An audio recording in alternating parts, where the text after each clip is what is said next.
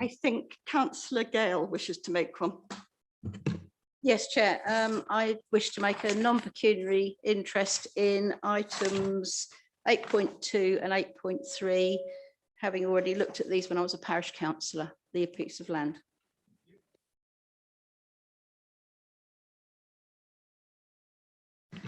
I did want to know from Fiona if I'm able to actually speak on those topics. Sorry, Fiona. A non-pecuniary interest in 8.2 and 8.3, having been a parish councillor when this first appeared. Yes. And can I still speak on it tonight? Yes. Thank you. Any questions from members of the public? Mr. Chairman. People come into the council.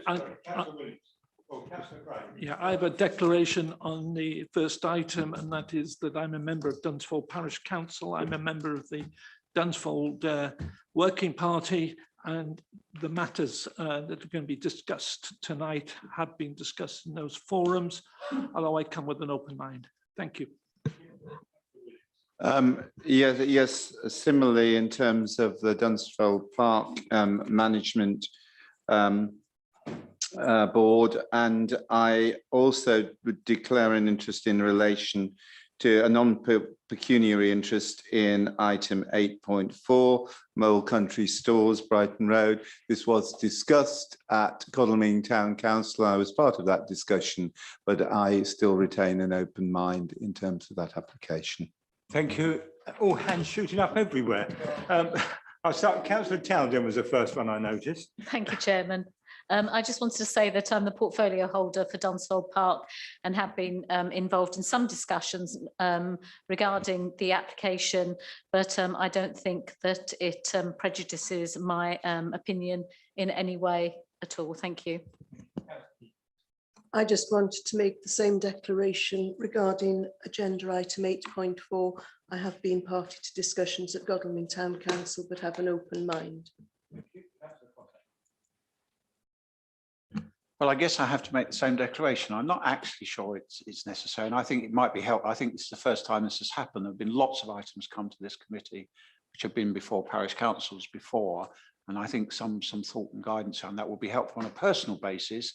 I should say that I made absolutely clear that I was going to express no opinion on the application at Godalming Town Council and didn't do so, but I'm not going to miss out on making a non-pecuniary interest if that is deemed what we need to do. But I've not had that advice before, and if that is going to be the position going forward, I think some general advice will be helpful, Chairman. Thank you. Okay, it is usual for parish and town councils, if they're sitting on the local planning committee, and especially if they've made a decision on that planning committee for or against an application, it is usual for them to declare an interest, as Councillor Gray just did. Councillor Ellis.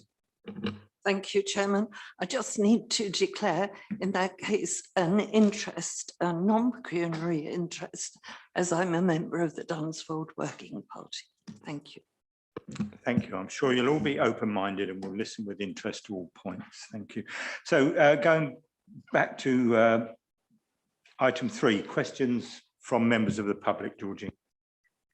We've had some questions about procedural matters.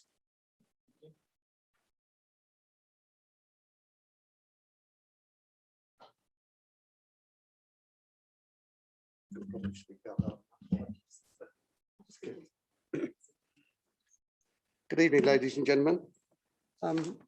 Basically, the question is about the procedures that Waverley Planning Department do when they approve a application. And the question is, I'll put my glasses on, excuse me. Waverley Borough Council has stipulated numerous conditions on the approvals of application. How will Waverley Borough Council monitor, control, and ensure that all these conditions regarding these developments are complied with? Surely it would be more appropriate to obtain detailed resolutions, including method statements, risk assessment, and mitigation proposals to all these conditions, particularly issues such as vibration, noise, and airborne pollution associated with the demolition of groundwork phases, prior to planning approval, not after it. As a, sorry, Excuse me, this wasn't the question that Mr. Dunster No. showed me? no. Sorry, I thought that. But both are submitted to. Well, I'll just finish it anyway, one matter. To monitor and control all these conditions that are complied with prior to the commencement of the associated works would require continuous appropriate Waverley Borough Council site attendance during all site working time. Is this possible? In the event that any of the conditions are not complied with, what actions are Waverley Borough Council proposing to take? Thank you very much. Thank you. Would a member of our planning team like to answer that? I'm looking at you, Chris. Thank you, Chairman. There's quite a broad question in terms of how we deal with conditions, and obviously that a lot of that is a question for our enforcement team in terms of looking at individual conditions, compliance with conditions. We do have a team that do react to concerns with compliance with conditions. And I think that some of the question was also aimed at the detail that we then review. I think there are often cases where we consider it appropriate to condition details to be submitted, prior to commencement of development, for instance, and those get reviewed in a fair bit of detail before we then discharge those. And then if there is a compliance issue, that's then an enforcement matter. That's my initial response. Thank you, Chairman.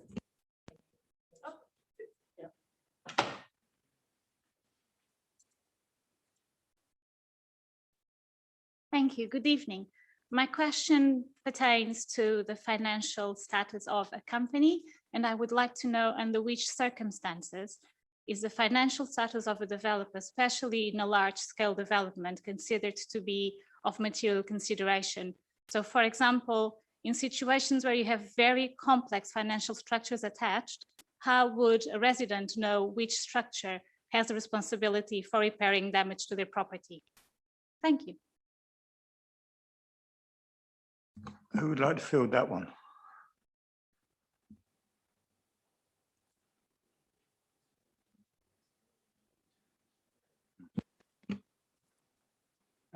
Thank you, Chairman. People's individual financial status is not normally a material planning consideration. I mean, this is a general comment rather than one about a specific application. In terms, the economic benefits of a scheme can be a material consideration if something is clearly generating an economic benefit, but the individual kind of financial status of a particular applicant isn't a material planning consideration in most instances. Thank you, Chairman. Thank you. Have we other questions? None.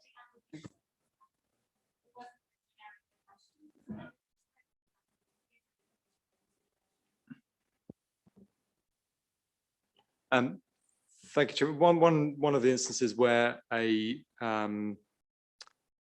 where the kind of financial considerations could be a material consideration would be things like a viability assessment, but that's not necessarily the financial position of the applicant. It's more the viability of the scheme. So I'd say very rarely, I can't think of any off the top of my head where the applicant's own financial position would be the main consideration. Thank you, Chairman. Thank you, Chris. Do we have other questions? Because the two I've heard bear no relation to the three that I was advised of. So I'm a bit confused, but I thought there were three other questions. Yeah, the other questions I'll find and respond to on email, if that's okay. Good, let's move on. Questions from members, Georgina? None received. Okay, thank you. Chris, any relevant updates to government guidance or legislation since our last meeting? No, Chairman, thank you. Thank you. So we move on to the meat of the evening, which is applications for planning permission. Item 7.1A1, application reference WA 2021-01450, Dunsfold Park, Stovells Hill, Cranley, GU8 8TB. And the proposal is an application under section 73A to vary condition 9 of application or approval WA 2018-0172. I'll let the officer describe the details of that and hand over to Rachel, please. Thank you, Chairman, for the introduction. Hopefully you can all see the screen. So the application in brief seeks to extend the temporary period for this particular use for a further 3-year period up until the 30th of April 2024. The application site is at Dunsfold Park.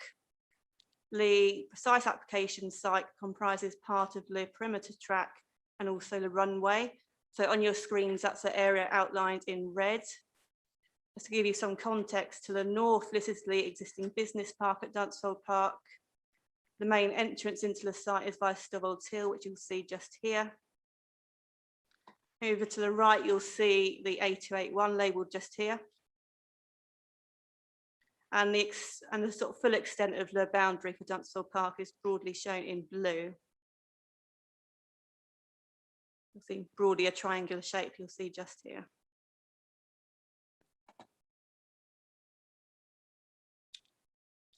This gives you an aerial view for the site. So the location of the area in question you've seen just highlighted in red is broadly this section here. Hopefully you can see the cursor moving. Essentially it sits in the northwest part of the site, close to the solar farm and near to the edge of the business park.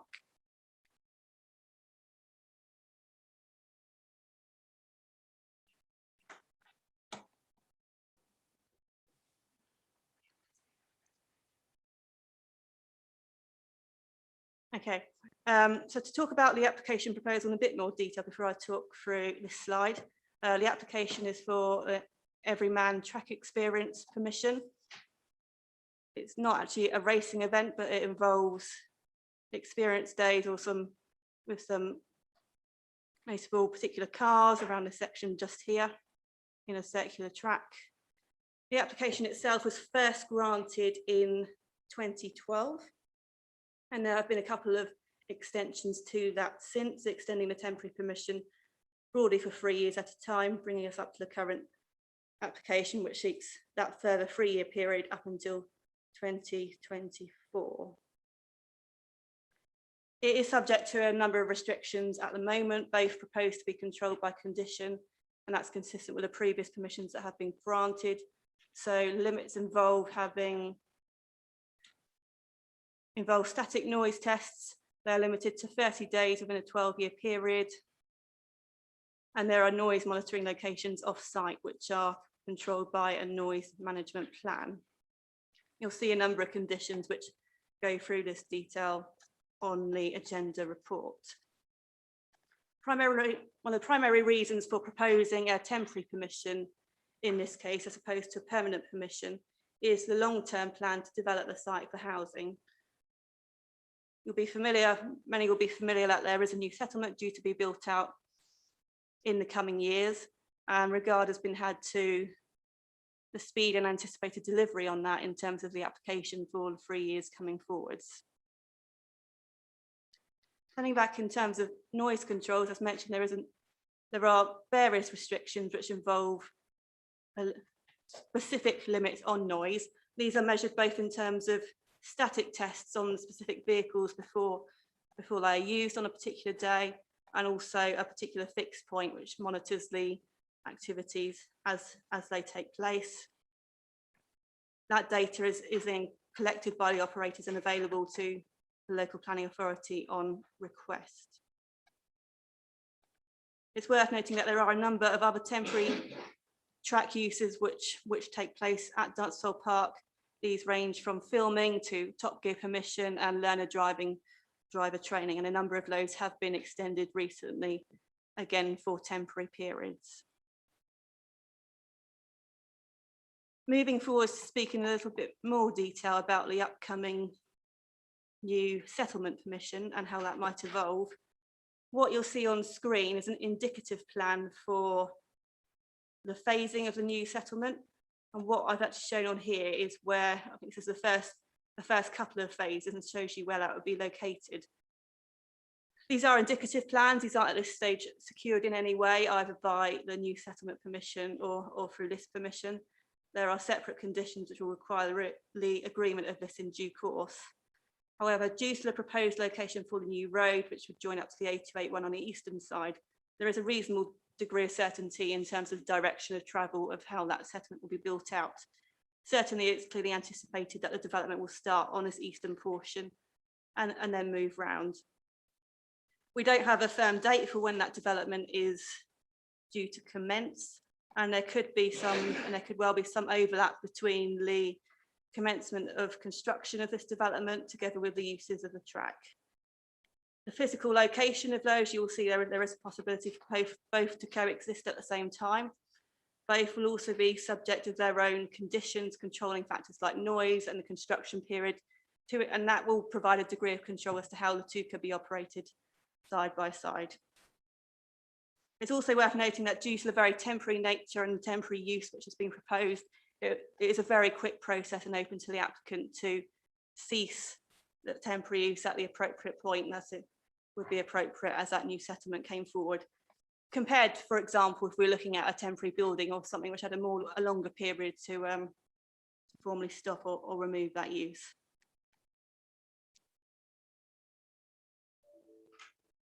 Moving forward to key matters of consideration for tonight, the matters of principle and technical opinion are the principle of development.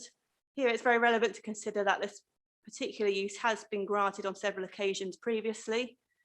Temporary uses have been considered the appropriate road-tabler permanent permission and is recommended tonight, having regard to that the longer term strategic allocation for the site. Nonetheless, in terms of other material changes since the last permission have been granted, there have been no material considerations which would alter officers' recommendation for approval. Noise impacts and compatibility of uses. One of the key considerations for this application and the previous versions of it when it has been before is how the noise of the activities will impact both on neighbouring businesses and residents which live close by to Dunsfold Park. You'll note from the agenda report that there has been a formal consideration by the council's environmental health officers who have raised no objection. You will also note that there are a number of conditions recommended in order to control noise. It is worth noting that we are recommending that an updated noise management plan be secured as part of this condition. Among other factors, that will be looking to control or require a communication strategy which seeks to provide better communication with those parties close to the site when activities are taking place, points of contact and similar factors. It would also be intended to both retain and strengthen the existing requirements in terms of noise protection, in terms of collecting data and making that available to us. And where there are precise controls on the noise levels, they would be maintained as a requirement on this permission. Relevant matters of judgment are impact on the delivery of the new settlement and the economic benefits of the continued temporary use, which would generate some employment. Thank you. That's the end of the presentation. Thank you, Rachel. We have speakers on this item, and firstly, I'd like to invite Tom Gordon to speak on behalf of the objectors. This one's on screen. It's on screen. Okay. Many thanks. Can you hear me? Yes. Good evening, Mr. Gordon. You have 4 minutes from the time when you start speaking. Thank you. I've lived at Highbinninghurst Farm next to Dunsfold Park for the last 17 years, just about 450 metres from the track. Like many of my neighbours, for years we've endured the often relentless noise of roaring engines and screeching tyres from the track day events, which usually take place on Fridays and Saturdays. We soon reached the point where we stopped complaining, not because the noise ceased to be a cause of anxiety or nuisance, but because it became very clear that nothing would, or rather could be done about it under the current conditions, as many of the events take place on a Saturday when the council is closed, and also because the noise management plan isn't suitable. It's certainly not in line with modern practices of many other track operators. In 2018, we gained planning permission here to run a wedding venue at our farm, and we hold outdoor ceremonies during the summer months, encouraged further by the amendment to the regulations which came into effect on the 1st of July this year, legalising outdoor civil wedding and partnership ceremonies. And I'm sure for any of you that have attended a wedding ceremony recently, the sound of roaring engines and screeching tyres in the background would certainly be considered a nuisance and cause for complaint. However, given the favourable recommendation by the officer and the need for an updated noise management plan, which I welcome, however, it is essential that the revised conditions take into consideration the technological advances in track event monitoring, which have been adopted by many other motorsport facilities throughout the UK, in order to stop the problem before it occurs and ensure suitable evidence is available should complaints be made. Condition 1 in the report is quite vague in terms of what the updated noise management report needs to provide, and I would therefore ask the members vote to defer this application until details of the noise management plan are known and considered acceptable, as currently there could be a conflict between condition 1 and any other conditions deemed to be acceptable which have not currently been included. For instance, the current position of the monitoring device is not suitable and doesn't reflect the influence of noise from the track on residential properties, as it's positioned 300 metres away from one end of the track when the cars are going at their slowest. The other end of the track is 1.3 kilometres away from the monitor, but only 600 metres from my property. In fact, twice as much of the track is closer to my home than it is to the monitor. Numerous monitors should be located around the track, taking into consideration the most sensitive receptors that are likely to be affected, such as my property and those of my neighbours.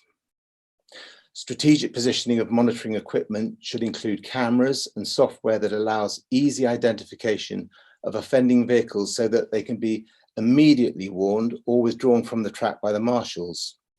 Retained records of static engine exhaust noise serve little or no useful purpose and should be replaced with real-time monitoring of moving vehicles whenever the track is in use, with web-based backup available for retrospective investigation by the council when complaints are lodged.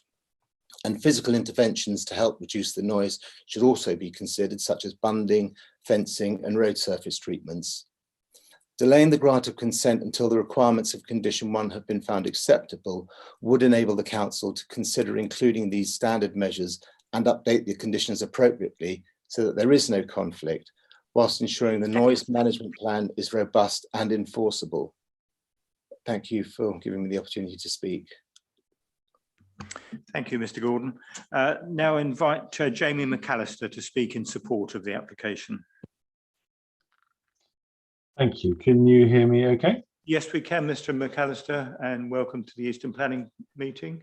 You have 4 minutes from when you start speaking. Brilliant. Thank you. And good evening. Thank you very much for giving me an opportunity to speak today. I wanted to start by reminding members of the committee that the application before you today is for the continuation of an activity that has been taking place on site since 2011. Permission has already been successfully renewed on 2 occasions. The activity was, at its outset, assessed jointly with officers from the council, and a series of conditions imposed that led to the activity being considered permissible. It is not racing. It is about giving ordinary members of the public an opportunity to drive extraordinary cars, but in an orderly manner. Some of you who attended the quarterly liaison meetings held between Dunsfold Park and the council for many years will recall there have been very few complaints historically. In some years, none at all. And where any have been investigated, no further action has been taken. I wonder at the objections on this occasion. I think there are 2 principal reasons to that question.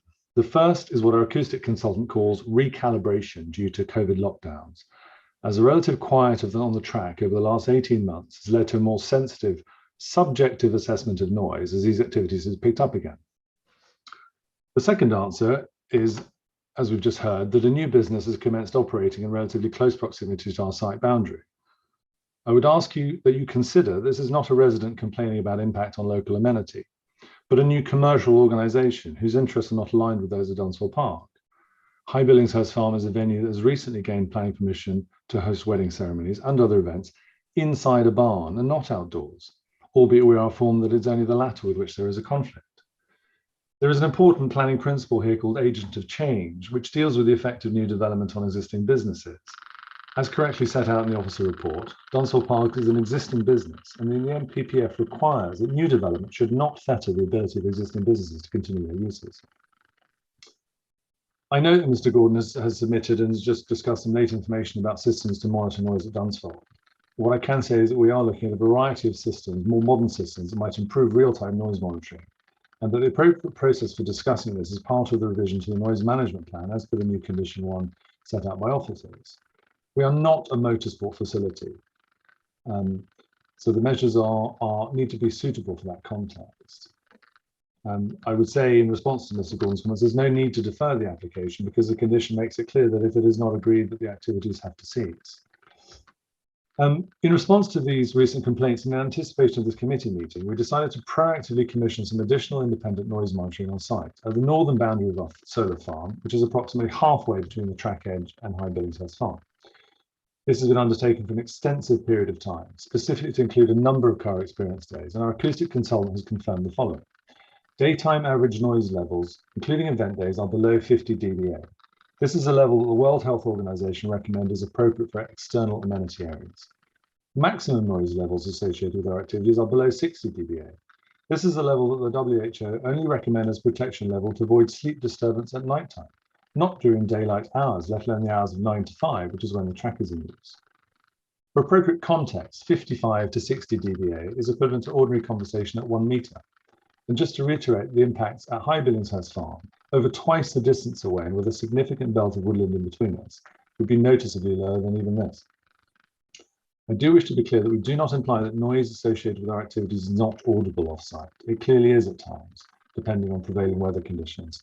However, we do say that if approached objectively, there is no evidence that noise levels associated with the proposed use causes nuisance to neighbouring dwellings.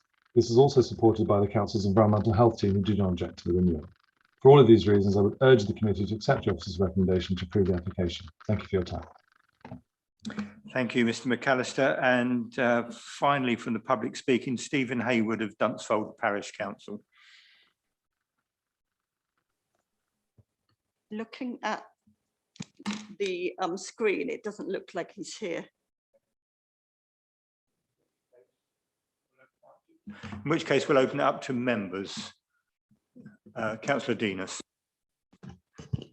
Taken we're at the question stage, Chair, before I speak. We have decided at this committee that the 4 minutes covers questions and comments because really there's plenty of opportunity for members to ask questions of the officers before we get to this committee stage. So unless it relates to one of the updates which came through today, I'd rather you include your questions in your 4 minutes. Thank you. Okay, I'll include it then. I mean, this sits between two wards, myself and Dunsfold. I'll just go through the report on a couple of issues.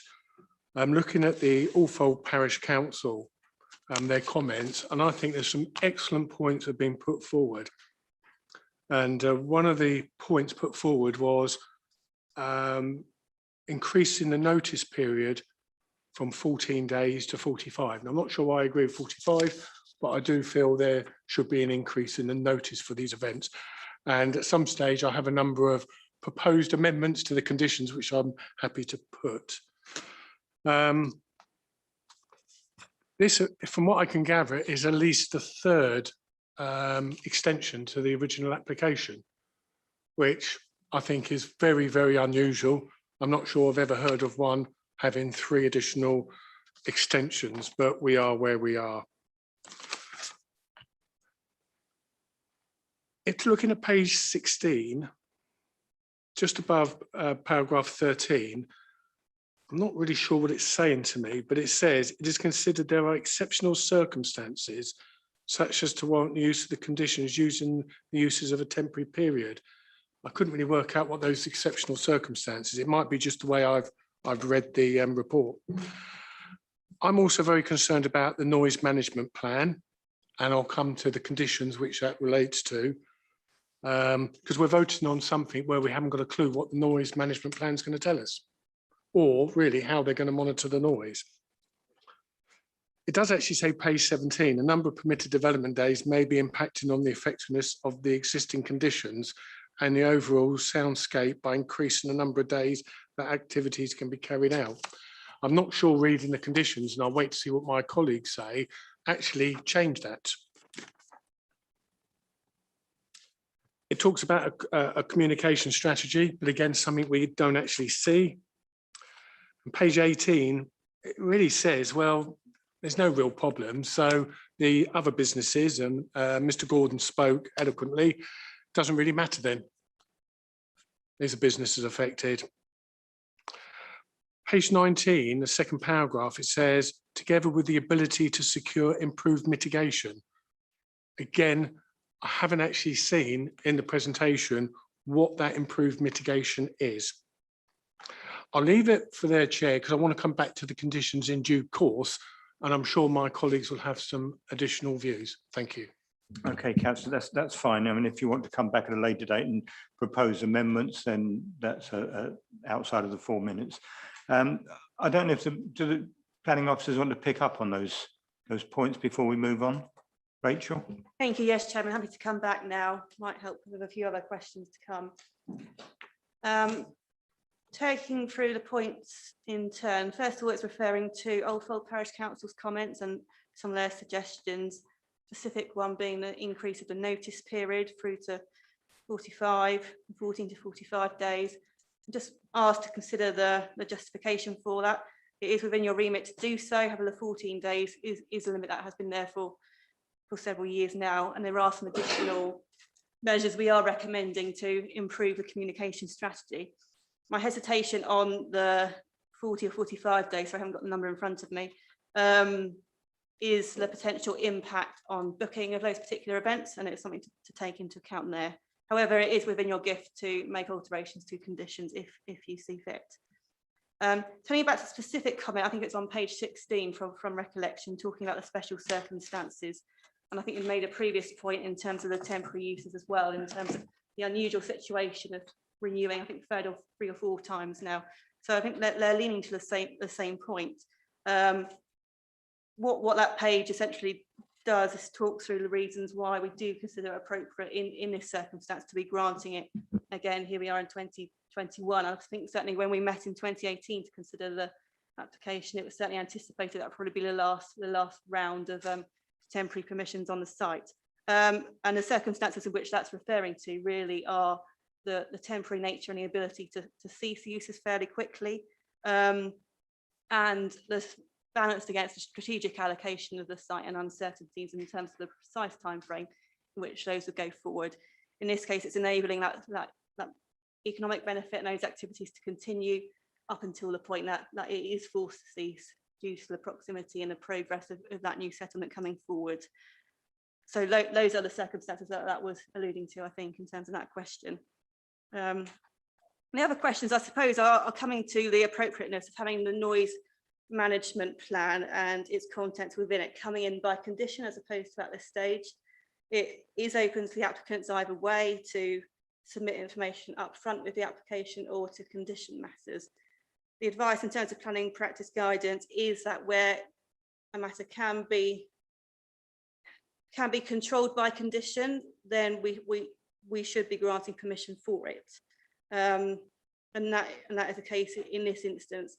In this case, on an earlier permission, there is the 2015 noise management plan. So what we're looking at is an updated noise management plan, not a new document that we're coming to from scratch. I could talk through that very briefly. I'd alluded to it earlier in terms of the controls it puts on. It includes factors such as the operational hours, the area in which it operates. It includes a map which includes the noise monitoring points. Now, those are factors which very much will be part of that discussion as to whether it is appropriate to update them. We've heard from the speakers about the updated noise technology, and very much I'm aware that the applicant is very much open to looking at improvements to technology. So, for example, in terms of the noise monitoring points at the moment, I believe how it works is as well as the static noise movements in terms of the monitoring. Whilst those vehicles are driving, there is a monitoring point there, which you've heard about. Essentially, it involves that data being downloaded onto a computer afterwards. So it's not quite real time, but you do have the events there. But there are more modern technology available, which would provide a more real time record of that, which would both be easier for the operators to know earlier when there would be a problem. Although it is important to emphasize that it's just one of the noise management measures contained in the existing noise management plan. And yes, you're correct, we haven't got this communication strategy at the moment. That is a requirement to come into us. And it wouldn't be unusual to require that sort of document by condition. Certainly what we're looking at, I'll remind myself exactly what the condition says for you, but the idea is that there is a clear point of liaison and communication as to when these events take place. So that improvement and strengthening of the condition in officers' view is appropriate, having regard to the length of time that these activities have gone on for, the background in terms of the noise complaints or lack of that we have had over the years, and it is to the advice of our environmental health officers. However, certainly we can go on to discuss alterations to conditions as you may see appropriate. However, the package put before you is, in officers' view, appropriate for the position we're in. And in terms of that improved mitigation, primarily it will be looking back to factors like improving the technology for monitoring that noise and factors like the communication strategy. And I believe it also makes specific reference to regular quiet periods during, and that actually does look to provide those quiet periods are looking to control both activities subject to this permission and also permitted development days. Because actually, in order for this development to operate, they need to show that there has been a quiet period adhering with this condition. So there are some indirect controls over permitted development days. We are limited in our ability to control permitted development days. They're allowing at the moment up to 56 days a year for this type of activity. It's not only Dunsfold Park that benefits from this, adjacent businesses as well, for outdoor events, which can include weddings, also fall into this category.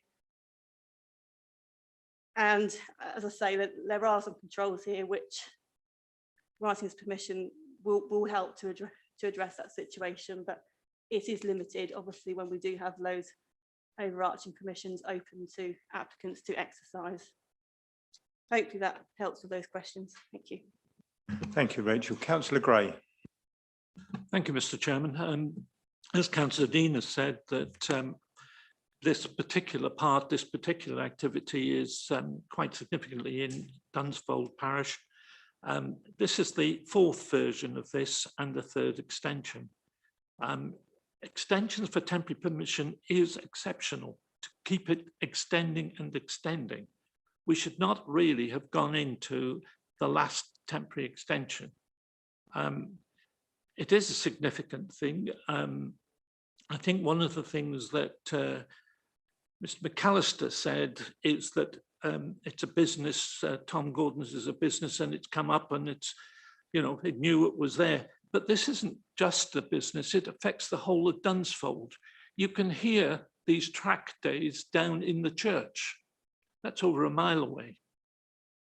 The noise is polluting. Now, it may not just reach the decibel levels, but this is continuous noise from early in the morning to late in the afternoon. Not one day, not 2 days, but 3 and 4 days consecutively, not all through this application. Now, there was some understanding locally with things like Top Gear, where there was a certain amount of significance on it and association with it. But these are just track days. And we referred earlier to the fact that they are track days and it's not a racing circuit. Well, actually, if you look at the comments on monitoring device, the racing circuit days are not necessarily the problems. The problems are track day circuits, where cars aren't always particularly measured and monitored. The events do go on. They are not necessarily by professional drivers. They do exceed the noise levels. And I think that we've got to have a lot of sympathy for local residents. And there are a number of residents that are adjacent to this bottom area, from Tom Gordon's area right round through into Dunsfold itself and then along the Old Fold Road. I think this committee's got to be mindful of what impact 7 years. Yes, I'm sorry, our planning officer mentioned that 7 years of complaint. 7 years in which locals have tried to get something done about this. They don't fill the forms in because the view is nothing happens with those forms. The noise changes based on weather, based on conditions, based on the type of drivers, etc., that's in there. There is no confidence in the monitoring system that's in there at the moment. It has to be enhanced. There are places like Goodwood that have real-time monitoring, and when it exceeds, action is taken immediately, it's alerted. I do think this has got to a stage where, well, I'm surprised we're considering this. It actually expired in April 21. So they've been running it since April without an approved position. And perhaps we should do something about that as well. But I'm sorry, committee members, I have great concerns about this, great concerns from the residents. And I hope you will bear that in mind when you are assessing this application. I'll listen to what other people have to say, but I'm certainly would support Councillor Denis in saying that until we have got a revised noise monitoring plan, I don't think we should approve this application. Thank you. Thank you, Councillor Gray. Councillor Cossa. Thank you very much, Mr. Chairman. I'm not a local member, but like all members of the committee, I've listened to the representations and read the report. It seems to me there were two issues of substance here to consider. One is the issue about renewal again of a temporary permission. I'm not unsympathetic to the points that Councillor Gray in particular has made about that, but I do understand, and I think I have a feel for what may not be happening very quickly at Dunsfold, to feel that I can support the Office of View on this. I still am uncomfortable, however, about the second substantive issue, which is the one that we seem to be most focused on, understandably, and that's the issue of noise management. Now, very pleased to see in the officer's report a proposal that we should look towards an updated and revised noise management plan. But I think our environmental health officer is going to have the devil's own job here to find something that is satisfactory to all the relevant and key parties in this area. And I just guess I want to ask a question about process here, because I do wonder whether the way forward might be a midpoint between bringing this all to committee, which I think would be a bit of a disaster for us to try and sort out the detail of things that we only half understand sometimes. But maybe the way forward would be to ask our environmental health officer to do their job, to come forward with a revised plan, to run that past local members. And there's absolutely nothing wrong, I think, in something which has clearly caused a lot of difficulty and difference between two businesses, which I would like to see both thrive, actually, if we possibly can, for them to have a look at it. And if they feel it's satisfactory, be given the necessary authority, perhaps in consultation with the chairman, to agree to that. But if not, to ask that it come back to committee for final determination. If that is acceptable in process terms, and if it is acceptable to members of the committee, I'm more than happy to move a proposal along those lines. Thank you, Chairman. Thank you, Councillor Cossa. Anybody else? Councillor Gale. Yeah, I just have a quick question. How many days of the year is the track actually used for driving experiences that we're actually talking about now? Thank you. The limit on this permission is 30 days over the 12-month period. 30, yes, 30. Councillor Williams. Yes, notwithstanding the notion that this is another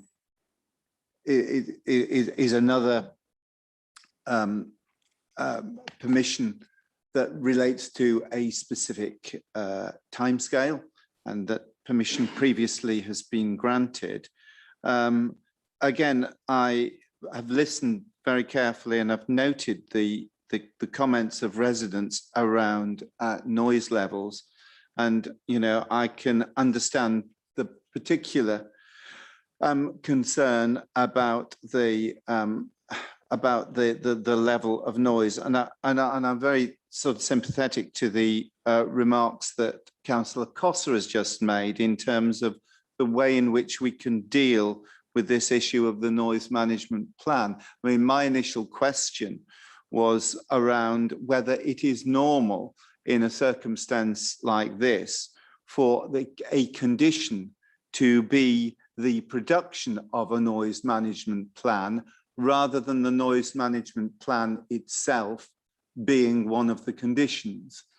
So I would like some clarity on that, and also obviously clarity on the legitimacy of the suggestion which has been made by Councillor Cossa in terms of us being able to kind of return to this once the noise management plan has been developed. And the other question which I just wanted to raise was around one of the objections around the extension of the timeframes having the potential for impacting on housing deliveries and the council's 5-year housing land supply. I heard the advice from the officer being about in relation to operations being forced to cease because of the bringing forward of the development of the site. So that is suggesting that the 3-year time span would be or could be truncated because of the development of the site. And I'd just like sort of clarification on that. Thank you, Councillor Williams. Officers, do you want to take that now, or should we listen to a couple more? Rachel, are you okay with that? Yes, I'm happy to take that question now.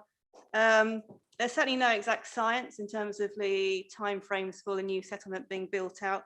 I'm just looking through my agenda quickly to see where I've discussed it in more detail. I'll come back to that. But certainly the physical location of how we're anticipating housing being built out, and having looked at the timeframes for that, there is some considerable work to do on the new settlement to get to a point of phases 1 and 2 being built out. That's a plan we indicatively showed you on screen earlier. Very much that would be focused on the eastern portion of the site, whilst these uses are on the western portion of the site.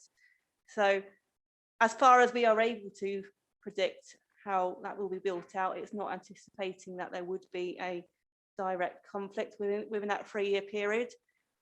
We have also referred to the ability of that use to be ceased earlier, should that be appropriate, and moving forwards. But as I say, it's not an exact science, but as best as we can predict the situation, we think that an appropriate balance has been struck.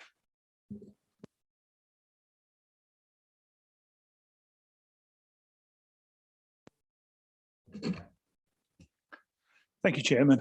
I'd like to start just by adding my my support to the members expressing interest in getting real-time monitoring done. I've been on the Dunsfold Liaison Committee for quite a few meetings, and it always struck me that complaints were dealt with seriously, but often after the event, you know, something bad happened, and then there was a complaint registered, and then an investigation. Stopping things in real time seems to me to be a far better solution. The main point I'd like to come up with, though, is that on the items that we were asked to consider, one of the matters of judgment was around the economic benefit of the activity. Our papers state that additional employment would be generated from extending the use, and this is a material benefit to these applications, but that statement doesn't actually say anything really. Could officers give us an indication of how much employment is going to be generated? Because you know, that could be a couple of ice cream salesmen or you know, hundreds of jobs. we just have a broad indication as to the benefit that really is going to accrue from approving this. Thank you.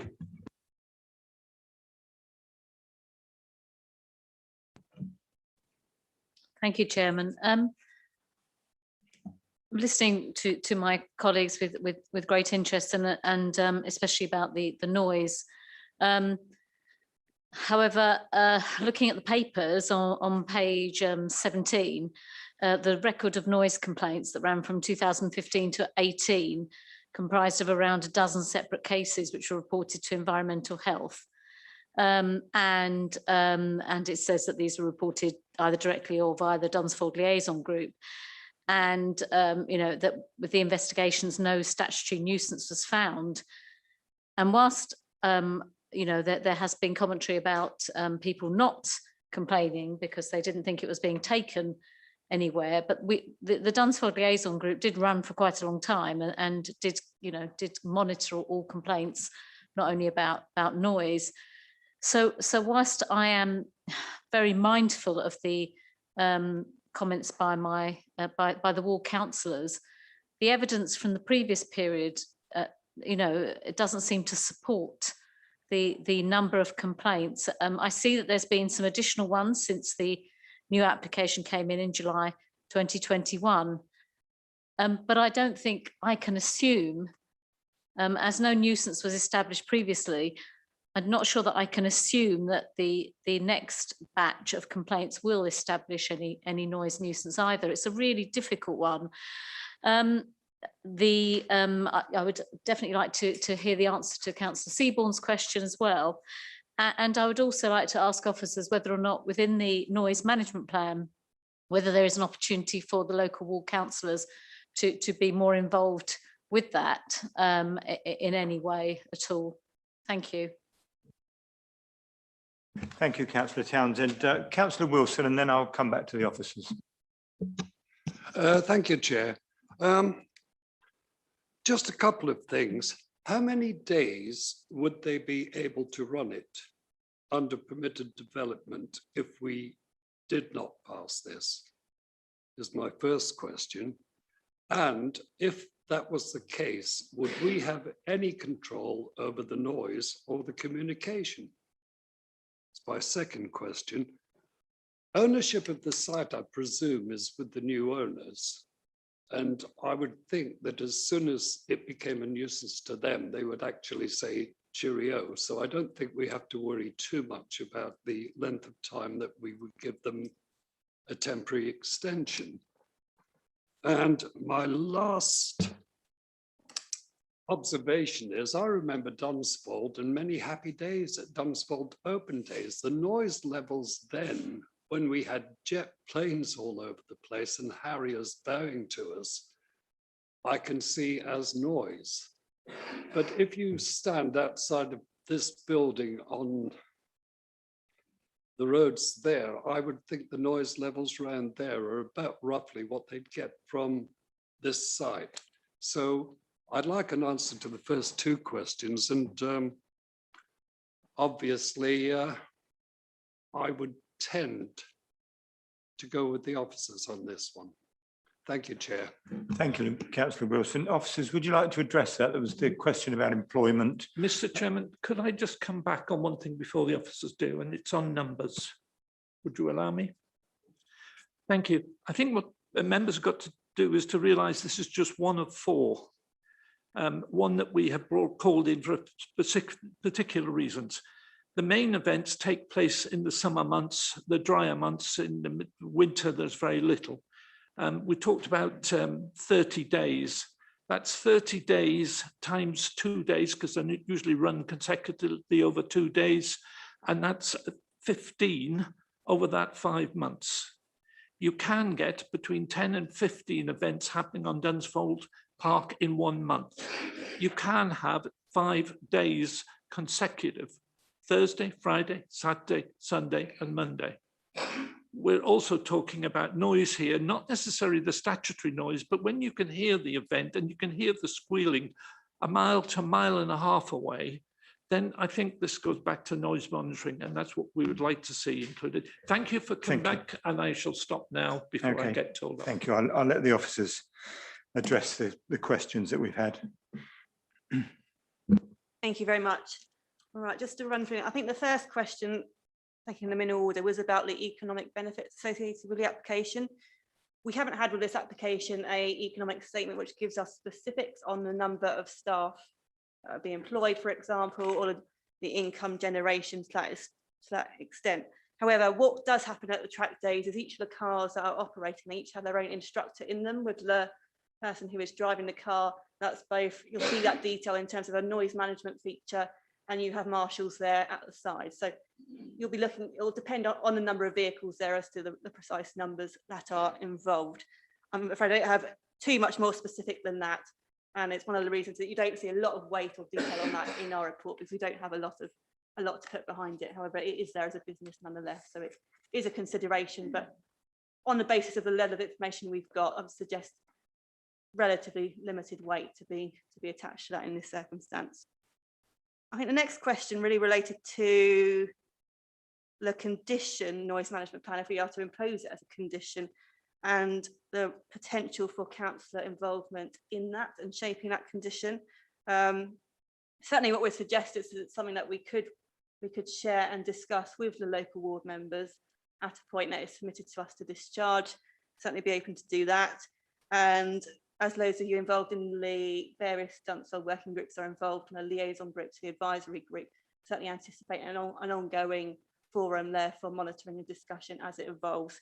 It is important to emphasise that both with the previous noise management plan and this one, they do have a provision in there for review and updating them as appropriate.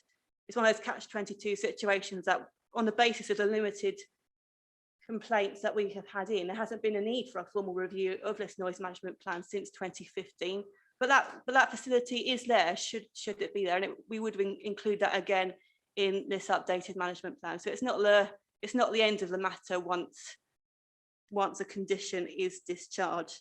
There is a facility there to do so. So my suggestion in this case would be that if we impose that condition, that on receipt of a noise management plan, which would come from the applicant and be assessed by officers, that it can also be shared and discussed with the ward members in this case.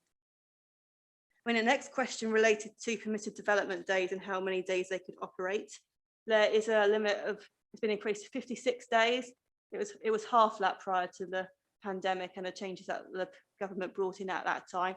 So that applies to all outdoor events. So other activities which are slightly different to this would also fall in that same category. But certainly there is a significant limit on what we can do in terms of controlling permitted development days. Certainly you won't have measures like no operation on Sundays or controls over the hours of uses.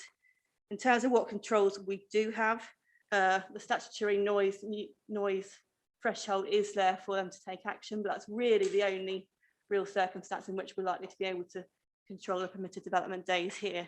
Certainly, the more these activities on the track are controlled by condition, and it is worth noting that this same condition we are recommending in this case, an updated noise management plan, also applies to those 3 other temporary uses of the track that are applied for.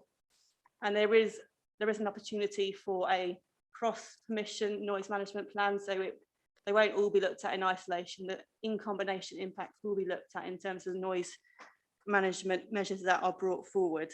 So there is a clear advantage in officers' view to having a permission to control these events over leaving it for down to the permitted development days that are available to the operator. And I think those were the sort of immediate points that I've got on my list. I think Councillor Seaborn was interested in selling ice creams there. But there was the employment question. Let's hold on.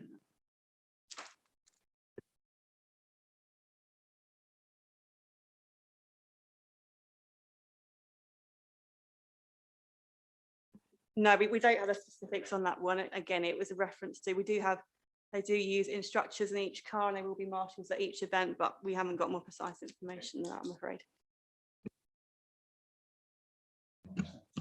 Just a couple of points. Councillor Townsend mentioned about the Dunsfold liaison group, which myself and well, at least 2 of my colleagues have sat on for a number of years, since 2015. In that time, when things have been brought up, it's 2 or 3 days later, it's been reported or looked at, so there's no evidence. So no wonder we haven't had any successful prosecutions or taken any action, because it's always retrospective. And it's the same as the numbers of people going through the gates. Despite numerous breaches, nothing's ever happened.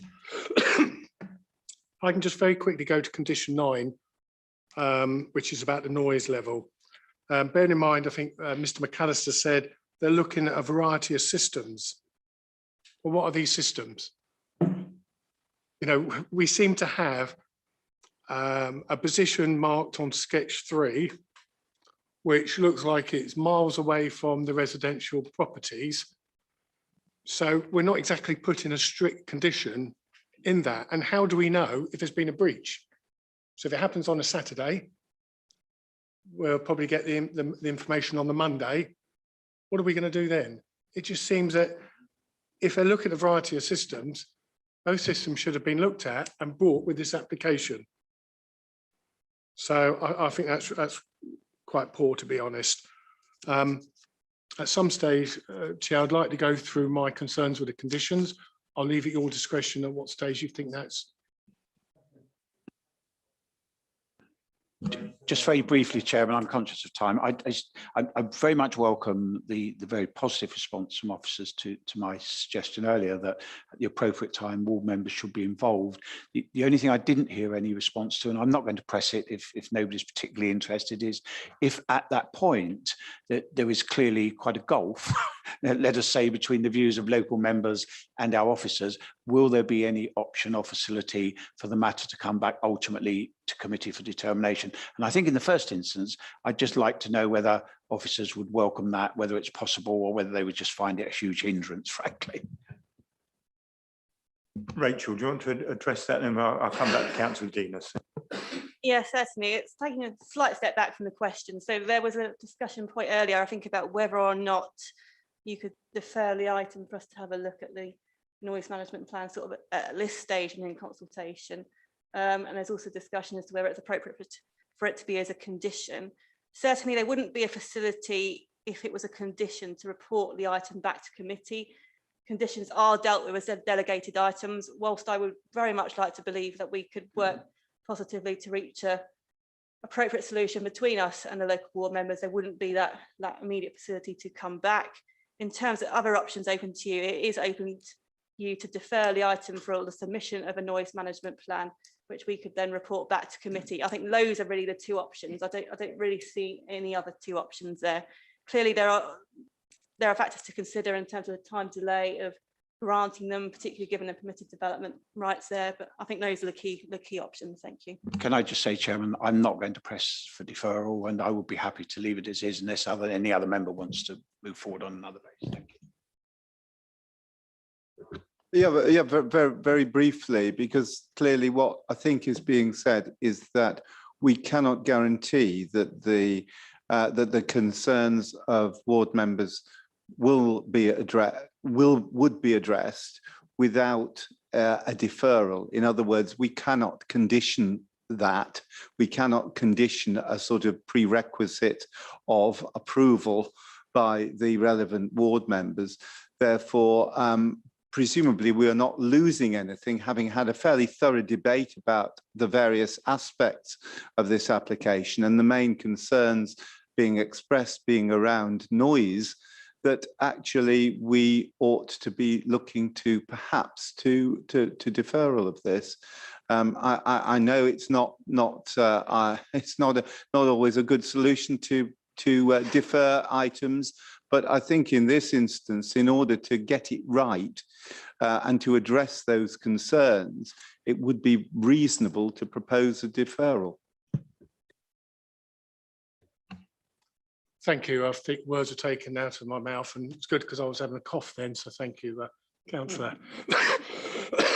So I'd like to propose a deferment. I think the grounds and the reasons have been well put. It's about the noise management plan. We've had discussions regarding the communication strategy, and I think there's also concerns about the actual positioning and noise monitoring equipment. And I don't think I could vote for support this application without that information, because this is residents' lives that we are talking about, and their businesses, and I think we owe them a duty. So I propose a deferral for that information.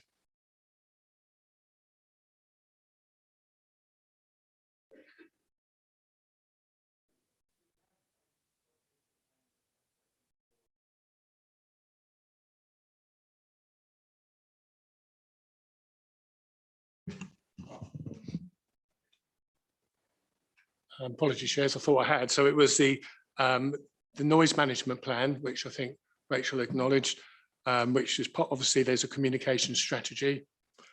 And I would like more information on the method that the noise is going to be monitored so we can actually proactively deal with these issues. So it's looking at the position of where the monitors are, the way that information is dealt with, and how it's monitored by us. I would add to that we find a way of making sure that residents can know what's going on at Dunsfold Park. It's been very patchy, and I'm not going to cast any blame on Dunsfold Park, but it would be really helpful if 2 days in advance, at least, there was next week's plan. If it changes, they can update it. And I think that coupled with the noise management plan would be very, very welcome to residents. Thank you. Thank you. Not much to add. I'm satisfied that the points you're raising are matters relevant to the noise management plan, so it could be incorporated within that document. Of course, our position is that it would be appropriate to deal with that by condition, but I hear the steer that you've given us in that respect. The only risk I would just point out to you that it will be over time and that risk of appeal on non-determination. However, we will work with the applicant and I suspect we will get a noise management plan from them. Thank you.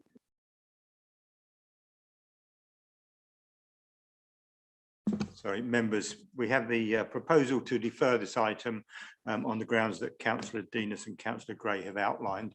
Can I have all those in favour of a deferral, please?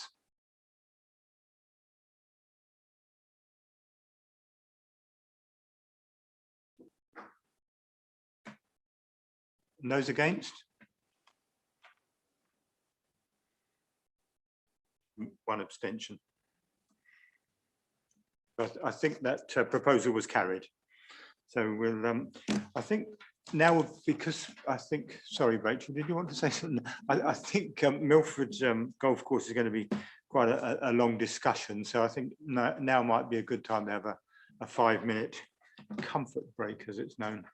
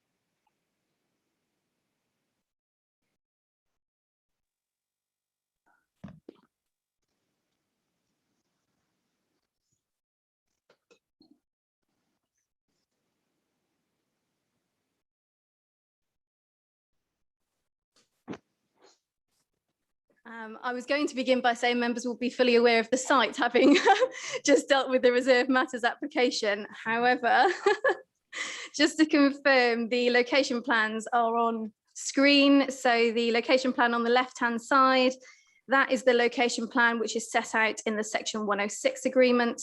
And the location plan on the right-hand side, just in a slightly different format, is the section, the outline application.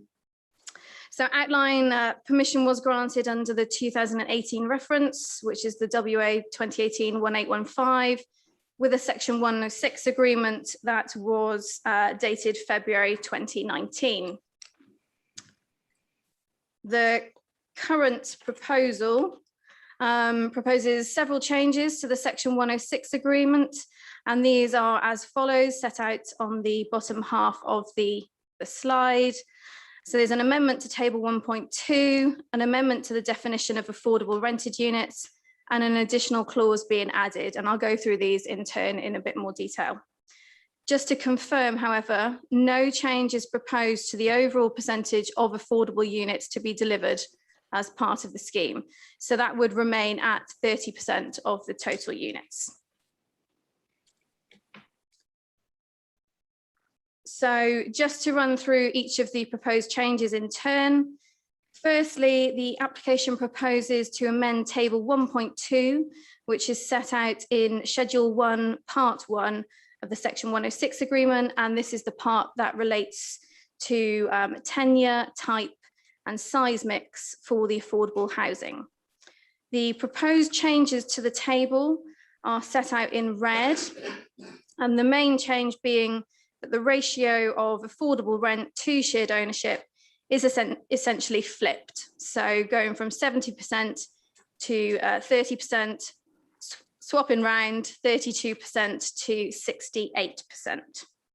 There would also be a change to the bed size as well, in that no 4-bed units would be provided, but there would be then a greater provision of 3-bed units.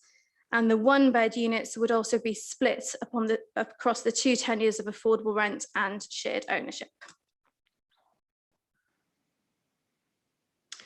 This table just gives members an indication of how those percentages equate in actual unit figures, having regard to the 190 unit scheme that's currently proposed under the Reserved Matters scheme. So the second proposed change relates to the definition of affordable rented units. At the present time in the Section 106 agreement, it secures the rent at no more than 80% of the local market rent. And it's proposed to change this definition to secure the rent to be no more than 70% of the local market rent. And then the third and final change, this would result in a clause being inserted into the Section 106 agreement to secure that all the affordable units would comply with Building Regulations Part M42. And this is an optional requirement under the building regulations, which relates to the provision being able of units being able to meet the needs of occupants and essentially being allowed to enable to adapt through time just to meet changing needs over that period. I will shortly pass over to Andrew Smith, the Council's Head of Housing Delivery and Communities, who I hope is joined in the Zoom meeting. And Andrew will talk a little bit more about the application and officer considerations. However, just to sort of put out some key details that are stated in the agenda report, officers are agreeable to the proposed change in tenure mix in order to secure lower rents being proposed. Officers are also agreeable to the proposed bed size change based on set occupancy levels for different tenures. And securing the full compliance with the building regulations is seen to be a positive change. So overall, and just to conclude on my half, the benefits of the proposed changes are considered significant enough to warrant a formal variation of the Section 106. Thank you, Chairman. And if Andrew wants to say a few words, I'll pass over to him. Thank you. Thank you, Rebecca. Andrew, are you with us? Yes, Chairman, I am. Thank you very much. Go ahead, please. Yes, thank you, Chairman. Good evening, members. This seems very, very counterintuitive. Those of you who know me will know that I campaign relentlessly for more rented housing for our residents, but we've encountered considerable difficulties in recent times with some schemes whereby 5 years ago, 5 years ago, if the rent was set at 80% or local housing allowance level, then that will be affordable to by far the majority of people on our housing register. The problem has come that a gap has appeared between the local housing allowance and the 80%. Local housing allowance will allow families, households on full benefit to access that accommodation because the rent will be covered. The problem comes with working households who will be on less benefit or maybe on no benefit on our register, wanting to secure a rented home, no chance of any form of home ownership at the moment, and therefore unable to access the housing that they need. And so one of the things that we're doing with our new housing strategy that will come before members in due course is to endeavour to set a Waverley rent, which will be set out in policy, and then developers and housing associations will be required when they are working on viability for rented housing to set the rent at the rent that we decide that is affordable to those on our register, particularly those working households that we really do want to provide accommodation for. So in discussions with the applicant made it clear they had a number of pressures on the scheme and issues around viability. And we were trying to come up with a suitable arrangement that would deliver housing that we needed in the borough and would enable this scheme to go forward. And so that is why we are happy to support the 30%. Well, I say happy, prepared to support the 30% rent and the 70% shared ownership. I would also say that we mustn't forget how important shared ownership is to those in our borough. It's a very, very high house price area, as members will know. Shared ownership does give households an opportunity to access home ownership and be able to own a home of their own in due course. And so although we have reversed the tenure split, it does mean that there will be more shared ownership homes for those who are able to access them and gain a foot on the housing ladder. We have had situations recently where housing associations that are charging 80% of market rent or LHA have asked us for nominations, and we've been unable to supply them with nominations from our housing register for people there simply cannot afford those rents. And I know one very understandable concern expressed was that if we approve this variation, less names, less households will be taken off our housing register. That isn't necessarily the case. We are in a time where we are struggling to deliver rented homes that are truly affordable to the households in our borough. As I say, we're working towards trying to level that up with a Waverley rent, but in the meantime, we are seeking to do the best we can. And so it was felt that we could support this variation in the Section 106 to deliver 30% of rents. It's interesting because people have said, well, surely moving down to 70% doesn't make that much difference. It does. Alice Lean, our housing strategy and enabling manager, or one of them, has worked out that really that equates to about £100 a month. And for working households, that's a lot of money. So that's why we are content to support this recommendation. I'm happy to take any questions from members of the committee on this. Thank you, Chairman. Thank you, Andrew. If you stay where you are, I'm sure there will be questions at a later date, but we've got speakers on this application, so I will go to the public speaking first of all before I go to members and their questions. So firstly, I'd like to invite Cathy Smythe to speak on behalf of the objectors.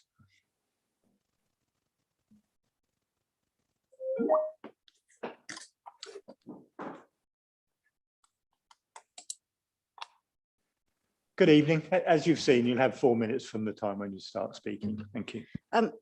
I just mentioned the Zoom sound has dropped off from time to time, I gather, but I think it's on at the moment. Good evening, councillors.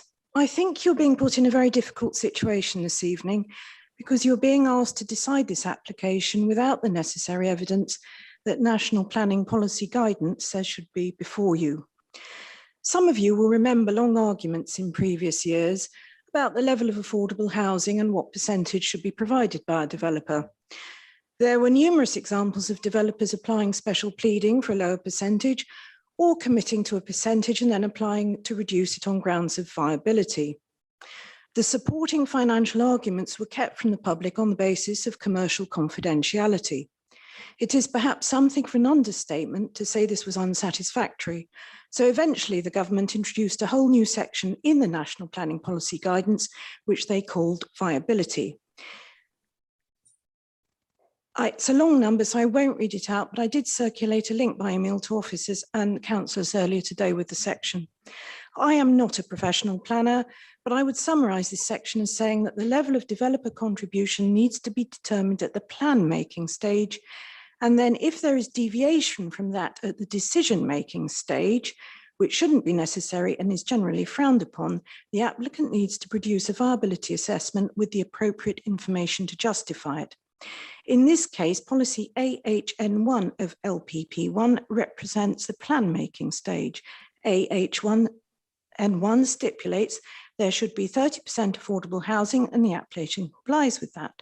However, AHN1 also says, and I quote, in all cases where on-site provision is being made, the mix of dwelling types, sizes and tenure split should reflect the type of housing identified as being required in the most up-to-date evidence of housing needs and the strategic housing market assessment, having also regard to the form and type of development appropriate for the site. Currently, in all the Waverley Planning Officer reports I've studied, including the recent one for Red Court, Waverley still applies the SHMA from 2015 to determine tenure split. The SHMA states the mix should be 70% social rented and 30% shared ownership. I believe that the request by Stretton to reverse the ratio arises as a direct result of Stretton, finding its profit level is lower than expected as their costs are higher. In other words, this application to vary the Section 106 and reduce the amount of social rented housing is all about viability, so the guidance should be applied. I also believe that you should have before you tonight a full explanation from officers as to why it is necessary for Waverley to lose 22 social rented dwellings and an estimated 88 bed spaces, and accept a development that allocates it only 2 3-bedroom social houses out of a total of 190 dwelling units. On the face of it, this level of loss of social housing is disproportionate to the 10% drop in rent on 18 units, which is suggested as the quid pro quo. And I accept what Mr. Smith says about that. I would stress it's disproportionate. It just isn't good enough for office to say, in effect, it looks okay to us, because the MPPG says there is a process to go through and the case for any departure of policy has to be justified.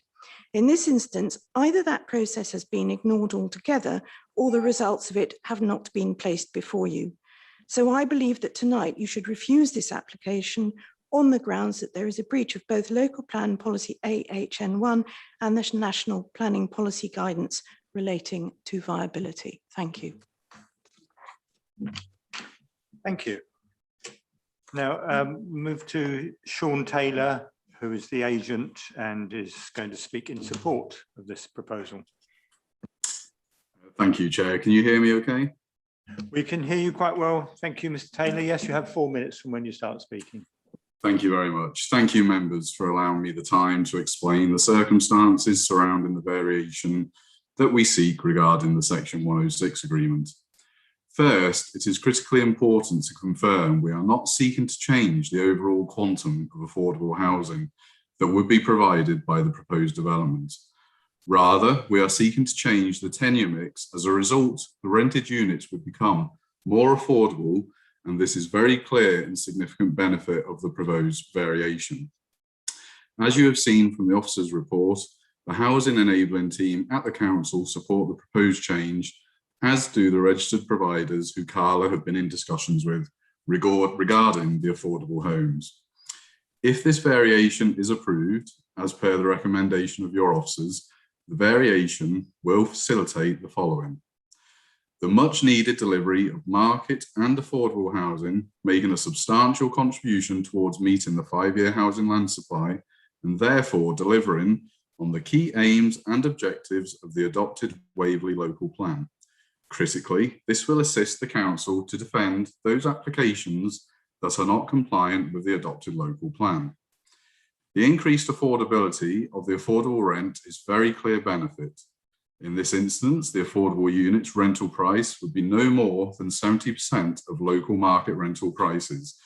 The current legal agreement has a cap of 80%, which in real terms is a significant reduction in rental levels.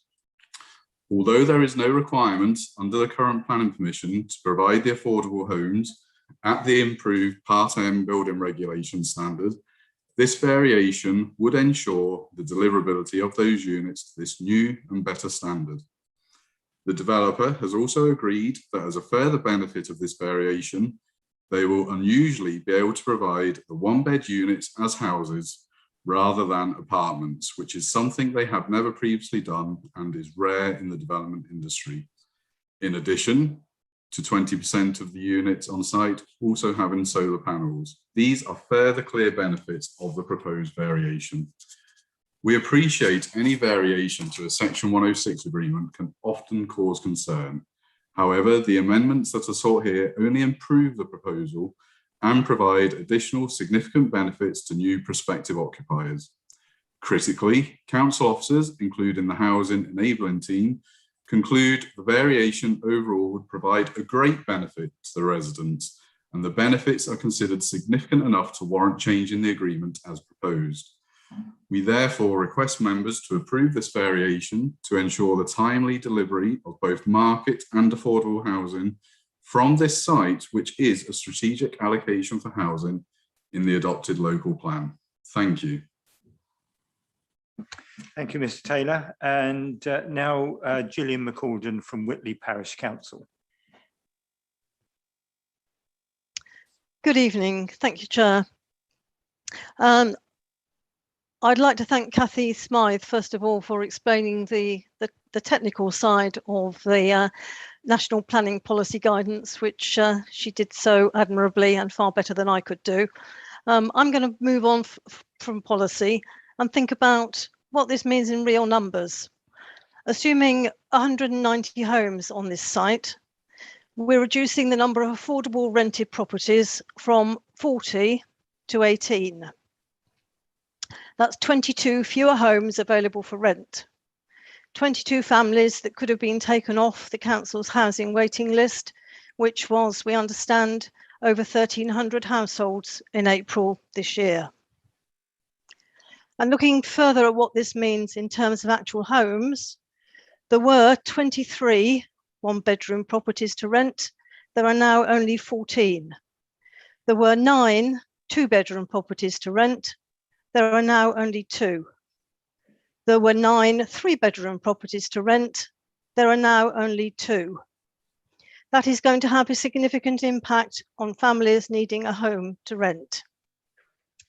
And doing the maths on how that translates into the number of bed spaces, there will be a staggering 65% reduction from 136 bed spaces to 48 bed spaces. That gives the 88 people who could be in rented accommodation but won't be. We acknowledge that in return for agreeing to the switch, rents will be set at 70% of market rents rather than 80%, which will obviously make them more affordable to most families, to some families. However, the fact that so-called affordable rents are not affordable to most families is a different problem. We shouldn't be trying to solve it by doing deals that reduce the number of rented properties. Reducing the rent for a small number of families does not compensate for losing 22 rented homes. If councillors allow this application to go through, the only winner will be the applicant. Waverley will have lost 22 rented properties. 22 families will have lost the chance to move into a new rented home. There is no evidence to support this variation. We can only assume that it is driven by financial gain to the applicant. It provides little benefit to the residents of Waverley. Please reject this application. Thank you. Thank you very much. Before we move on to members of the committee, Councillor Baker, you're with us tonight and one of the ward councillors. Would you like to speak on this? And then I'll go over to Councillor Gale as the other ward councillor. Yes, thank you very much, Chairman, for giving me the opportunity to speak on this. I don't think that I can do much better than what the Chairman of Whitley Council has just said. There are major problems for people with being able to afford properties in Waverley. And I think that the numbers that she has just quoted have really said it all. I think that that I'm sure Andrew Smith is totally wholehearted in what he wants to achieve. The real problem here is that I don't think there are any guarantees of what he wishes to achieve actually coming about. That is the difference between planning and housing. If there isn't a document with a signature on it, how can we be sure that the ambition is going to be achieved? I worry greatly about this, but I also think that if members want a policy to hang a refusal on, I think you've heard it from Mrs. Smythe, who was extremely assiduous in delivering the Whitley neighbourhood plan. I think I'm going to leave it there. Thank you, Chair. Thank you, Councillor Baker. Councillor Gale. Thank you, Chair. And can I say I'm really pleased this has come to committee, because we did actually see rather a lot of objections on the planning portal, so I think it needed to be aired. The Whitley neighbourhood plan obviously identified a need for 30% shared ownership and 70% rental, which I think Whitley Parish Council were very pleased when this came about, because it seemed what we were going to get. We've now had a switch on this, which gives us 68% shared ownership and only 32% rental. But we do get a 10% reduction in rent, but we lose 22 rented homes. We're not going to get those people off of the housing list, which everybody is aware of is over 1,300 people at the moment. I query that if people can't afford a rent, how can they afford to part buy? It's actually more expensive. And so I think they would struggle with the part buy, even any of them really. Mr. Smith said that he actually said the developer had problems with viability. I'm led to believe that viability is not something that can be taken into account when you're trying to flip shared ownership and rental. I'll leave it there because I expect I've probably got that wrong, but I believe it's a very important thing for our village. Thank you. Thank you, Councillor Gale. Councillor Cossa. Thank you very much, Mr. Chairman. I have to say, when I picked up my papers and I read this report, I probably felt as uncomfortable as I've ever felt reading a planning report for this committee. As Mr. Smith said, initially it just appeared counterintuitive. I've spent all the time, since I became a member of this council a couple of years ago, being told continually about the need for more rented accommodation. And so I was really interested to hear why it was that we were apparently prepared to give up that possibility and flip this pretty much in reverse to what was initially proposed, to provide part buy properties instead. And I ought just to say as an aside, I absolutely understand the points made about the value of part buy properties. I have 2 children who live in this borough who couldn't afford to buy outright, but have been fortunate enough to be able to part buy. So yes, I see the advantages. But as a member of this council, it is clear to me that the main thing we have to try and achieve is to find affordable, and I know all the issues around affordable and how difficult it is to make things genuinely affordable for a lot of our residents, but we must do all we can to provide more rented accommodation. And I find it really quite of concern what seems to have happened here. I just get the impression from what has been told to us so far that the developer started talking about viability and having concerns about viability. Well, we've all been down that road before, and we've all seen viability reports, and we all have real problems about some of these issues, frankly. But it's almost as though we've had a gun to our head. And what I didn't hear, I don't think, I tried to listen carefully, but what I didn't hear was anything that convinced me that that relatively small drop in percentage for the rented accommodation was somehow a compensation for the greater revenue that was going to be accrued from private rented. I don't care in some senses, provided it's reasonable, what the developer's seeking to achieve. They're in it to make profits, and I absolutely understand that. But our responsibility is to try and provide more rented accommodation. And I couldn't, under any circumstances, I'm afraid, support this proposal in front of us. I think I'd like to thank Cathy Smythe. Cathy Smythe and I haven't, as she knows, always seen eye to eye about everything over the years, but I really valued the contribution she made today, because I thought it analysed and explained very clearly what the issue is here. And I think she's right in saying we should turn this down and ask to have, if anybody wants to pursue this proposal, let's have some of the data and let's understand more about viability. But I couldn't support it as it is at the moment. Thank you, Chairman. Thank you, Councillor Cossa. Councillor Townsend. Thank you, Chairman. I have to agree with Councillor Cossa, and I don't always agree with him. But I can't see how we can agree this without seeing the viability assessment in order to see how this came about.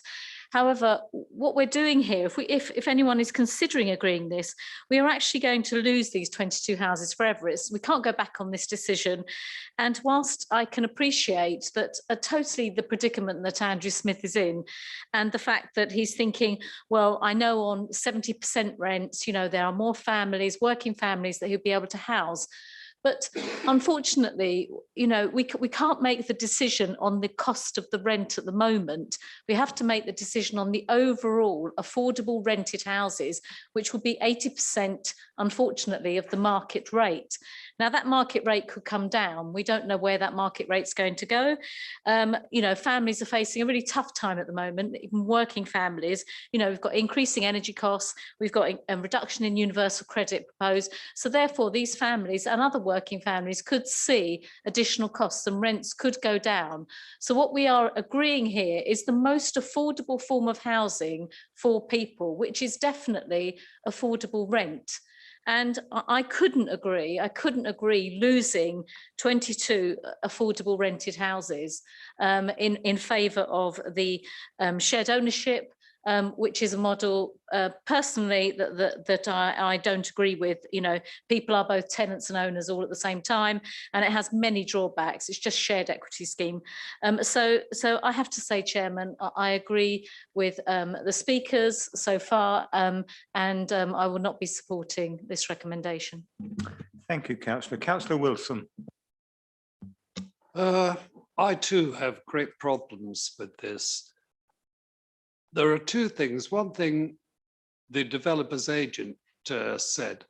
Now, my understanding is that each of these planning decisions that the officers and we make must be done on the basis of the individual planning. So actually muttering about a 5-year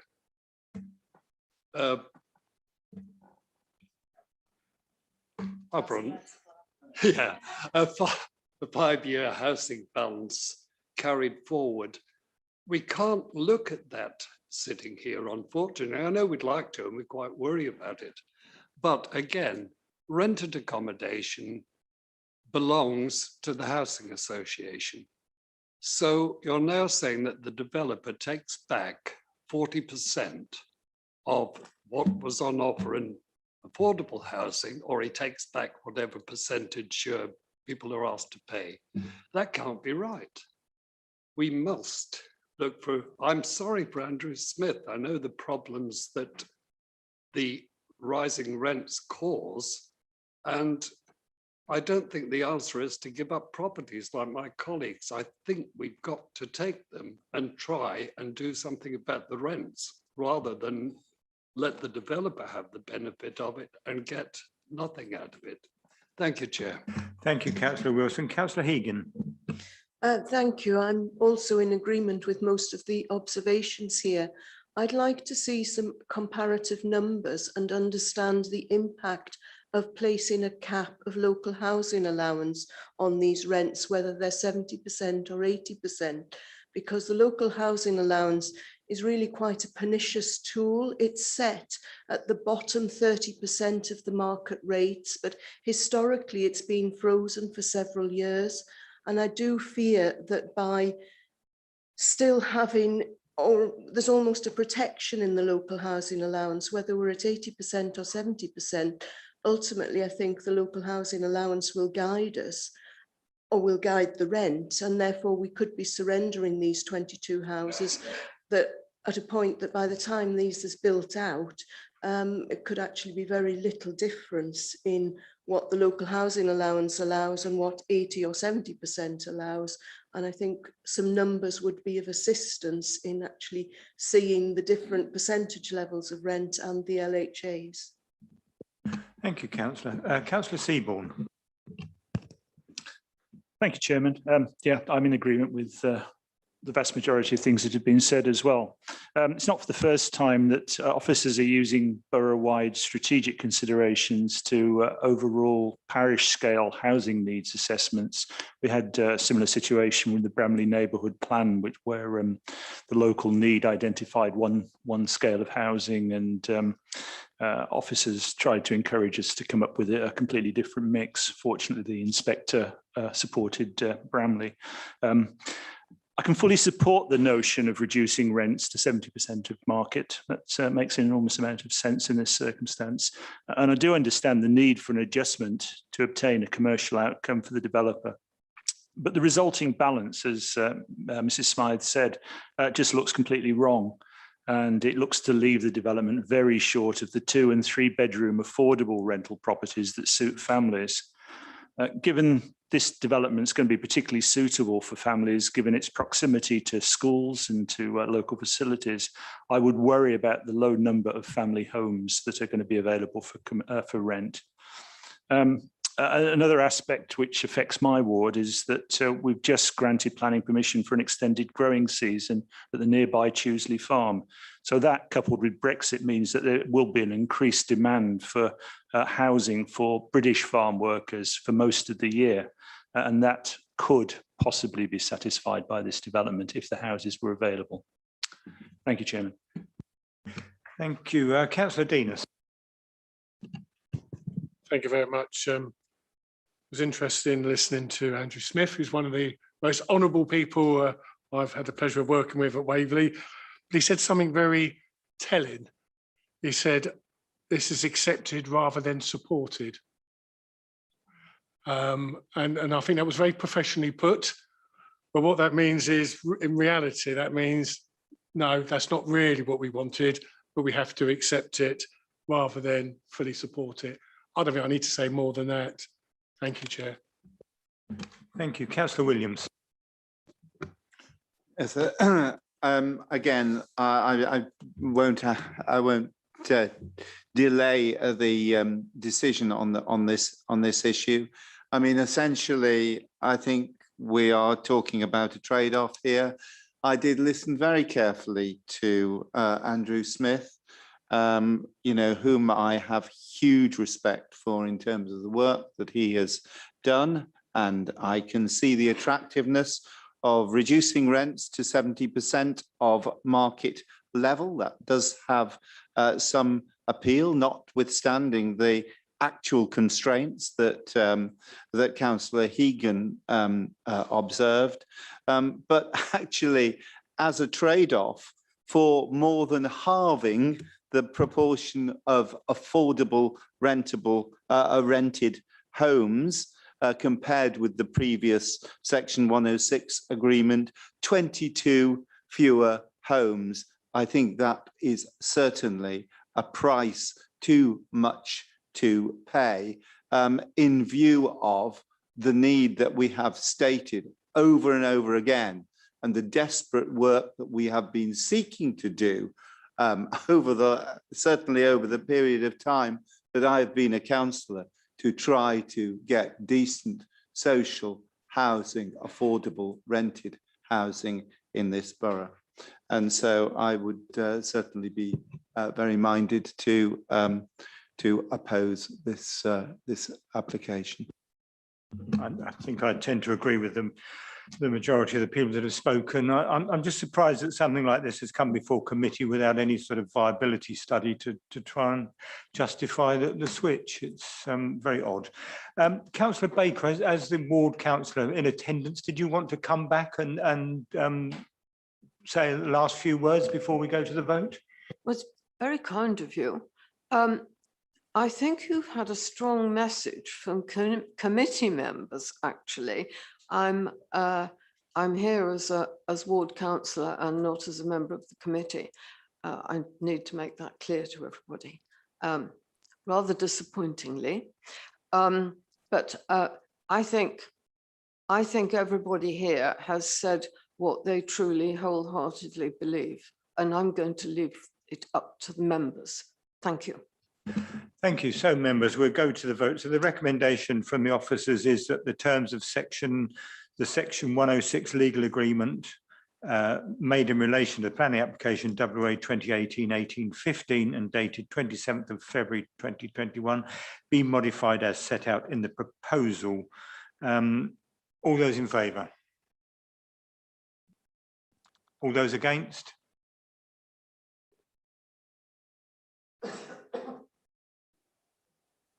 That's unanimous. Yes, that's unanimous. So can I have an alternative proposal, please? Councillor Townsend. I think, Chairman, it's clear the points that Cathy Smythe made during her submission earlier, that we haven't got a viability assessment in order to be able to judge this application, and also that it doesn't deliver the housing mix required under the SHMA and against policy AHN1. Thank you. Thank you. Do I have a seconder? Councillor Gale, I'll give you the privilege as you the ward councillor. Officers, did you wish to comment before we go to a vote on this alternative recommendation? No, Chairman, I've made some notes about what I think the reason is, and I'm happy to read that once. Okay, all right. Appropriate. Would you like to read that out first, then, before I go to the vote? So I've got something along the lines of the proposed affordable housing tenure mix would conflict with the SHMA and policies. Is it AHN1 and ND1 of the neighbourhood plan? Sorry, AH1 of the local plan part 1. And I think we also need to, in that reason, acknowledge that there are some instances where we would deviate from it, and by doing that we should be saying, and it's not been sufficiently demonstrated that there are sufficient reasons to deviate from that mix, and we could potentially put in brackets, such reasons may include viability, and therefore the proposal is contrary to policies AHM1 of the local plan part 1 and ND1 of the neighbourhood plan. Thank you, Chairman. Members, everybody happy with that as a proposal?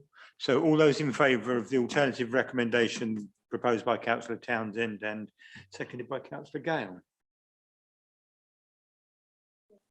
That's unanimous, so that is carried. Thank you.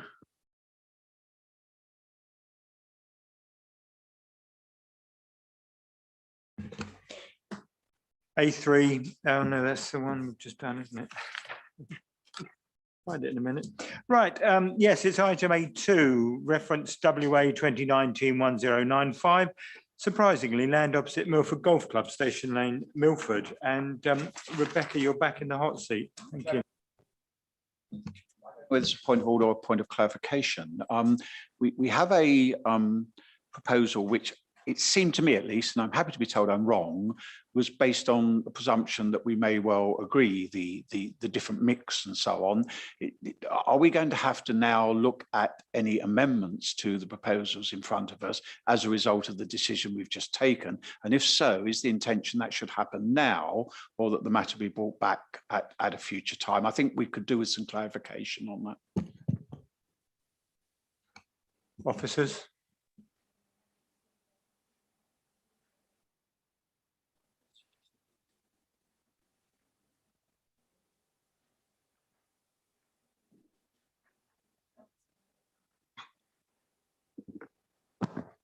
Mr. Chairman, no, I think the refusal is totally freestanding of the considerations in terms of the reserve matters application. So the reserve matters application has a different housing mix, does it, to what we've just turned down?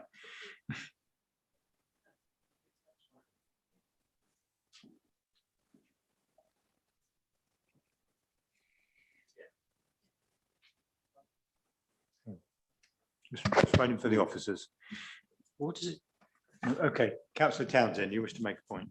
I do wish to make a point, Chairman. I do think that, as Councillor Costa has said, that I fail to see how we can agree it, but also in light of the revised recommendation that we've received as well about subject to no objection, I would feel very uncomfortable with agreeing an application subject to the clarification by the Environment Agency on flooding grounds. So I think we've got two different things and reasons for deferral for this evening, and perhaps see if I have a seconder.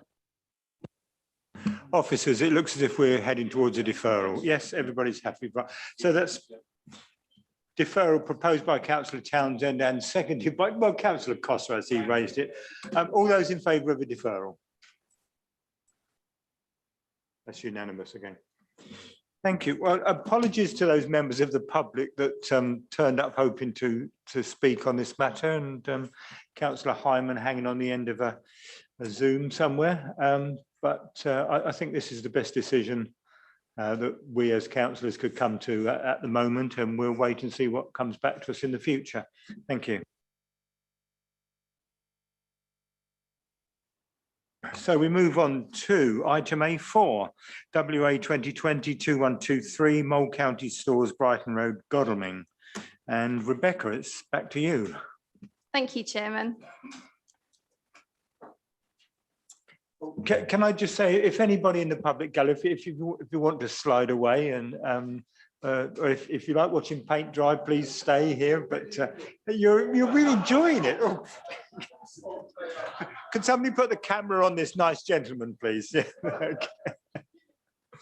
Right. Sorry, Rebecca. Please continue. Thank you, Chairman. So the site is located close to the junction of Cashel Lane and Prime Place Row and Brighton Road.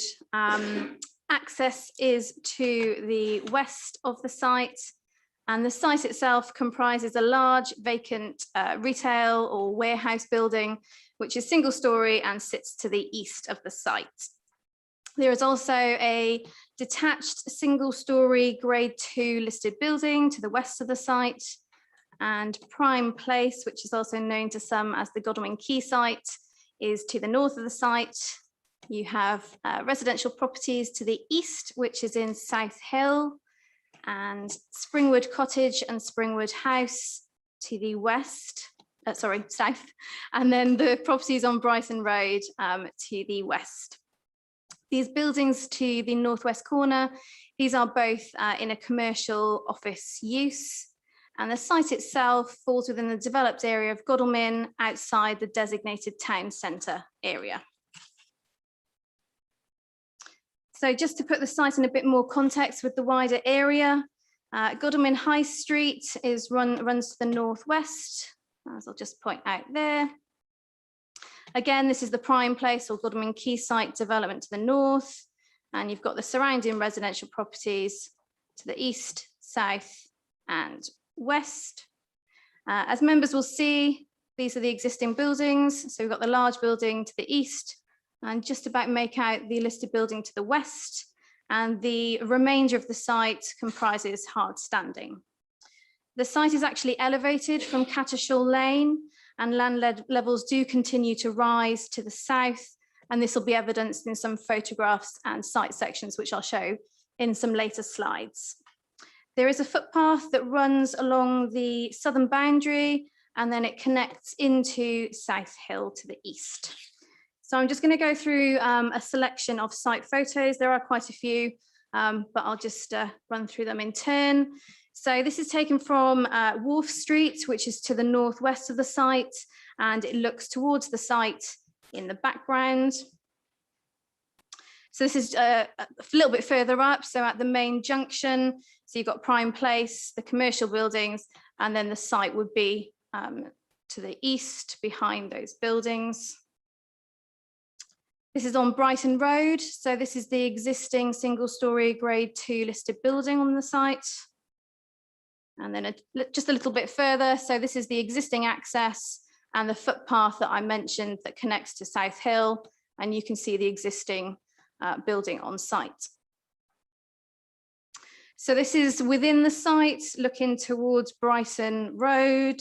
So you've got the listed building just from a different angle and the existing hard surfacing within the site. Again, that's standing by the listed building, looking over towards the north. So you've got the commercial building and Prime Place then to the rear. Again, this is just a slightly different view within the site, next to the existing building, looking towards Prime Place. And this is looking towards the northern boundary. So that is Springwood House that you can see in the distance. And you can start to see how the land levels then do rise to the south. This is taken from that footpath that runs along the southern boundary, looking into the site. And that then goes up. This is the road, same road there, that extends with the properties to the south. So now just going down onto Cathedral Lane, you'll be able to see the prime place. This is 5 stories. And the development site, this would be the northern boundary and the site beyond. Again, that's just the different angle. So this would be the development site area here. And you can just about sort of make out that there is that retaining wall and the higher land level of the site itself. And this is where you would glimpse views of the application site. So between the 2 existing commercial buildings that I mentioned in the northwest corner with the site beyond. And now turning to South Hill. So this is the residential area to the east of the site. These are the closest residential neighbouring dwellings. So this is numbers 48 and 49 South Hill. And you can just about start to see where the site is. And this is where that footpath connects in.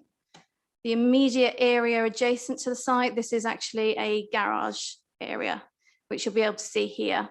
And you can just about make out that's the top of a vehicle park there. So the land levels do rise quite considerably up from the site.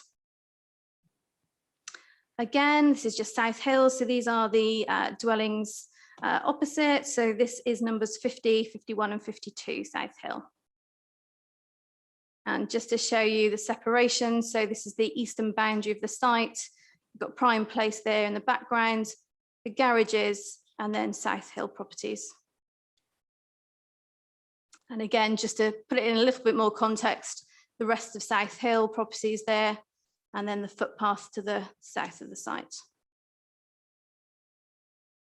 So the proposal itself would involve the demolition of the existing retail building and the erection of 2 buildings. There would be 1 single-storey building adjacent to the listed building to the west of the site, and then a main building towards the east, where the current retail building is. There would also be alterations to the listed building that would involve a conversion of its current office use. And overall, the proposal would result in the provision of 52 assisted living units, which would fall under use class C2. There would be 47 of these units provided in the main building, and then 5 to the west of the site. 24 of those would be 1-bedroom and 28 2-bedroom. All of the units would exceed the space standards, and those in the main building and the listed building would all be wheelchair accessible, with 10% of the overall units specifically for wheelchair users. The proposal comes with an age restriction of 65+ years. The access would remain as existing to the west of the site, and then there would be a parking area with 27 parking spaces provided. That would be split into 24 for staff, residents and visitors. You'd have a minibus parking space and 2 designated disabled spaces. So elevations of the proposed new single-storey building and the listed building can be seen. As evidence, the design would largely pick up on the same materials and detailing of the existing listed building. And this is just an illustrative image of how that area to the west of the site would be. So the proposed single-storey building to the west would house 3 units, 2 at ground floor and 1 above. And then there would be 2 units in the converted listed building at the front of the site. So now turning towards the main building and the elevations. So the accommodation itself will be split across 4 floors, so ground, first, second and third. And there would actually be a 5th floor, which would provide for a communal garden, conservatory, pergola area, and there will be some plants and services along with the lift core as well. So the next few slides then will show these elevations of the main building. So firstly, you've got the north elevation at the top, which would front onto Prime Place, and the east elevation, which would face onto South Hill. And this slide then shows the southern elevation. So because it's an L shape, this would be the southernmost part of the building highlighted. and then sort of the main entrance area. As members will see, a green wall is proposed in certain areas, and this will be fully planted at the construction stage as opposed to letting it grow over a number of years. So the same with the western elevation. Again, you'll see areas of the green wall.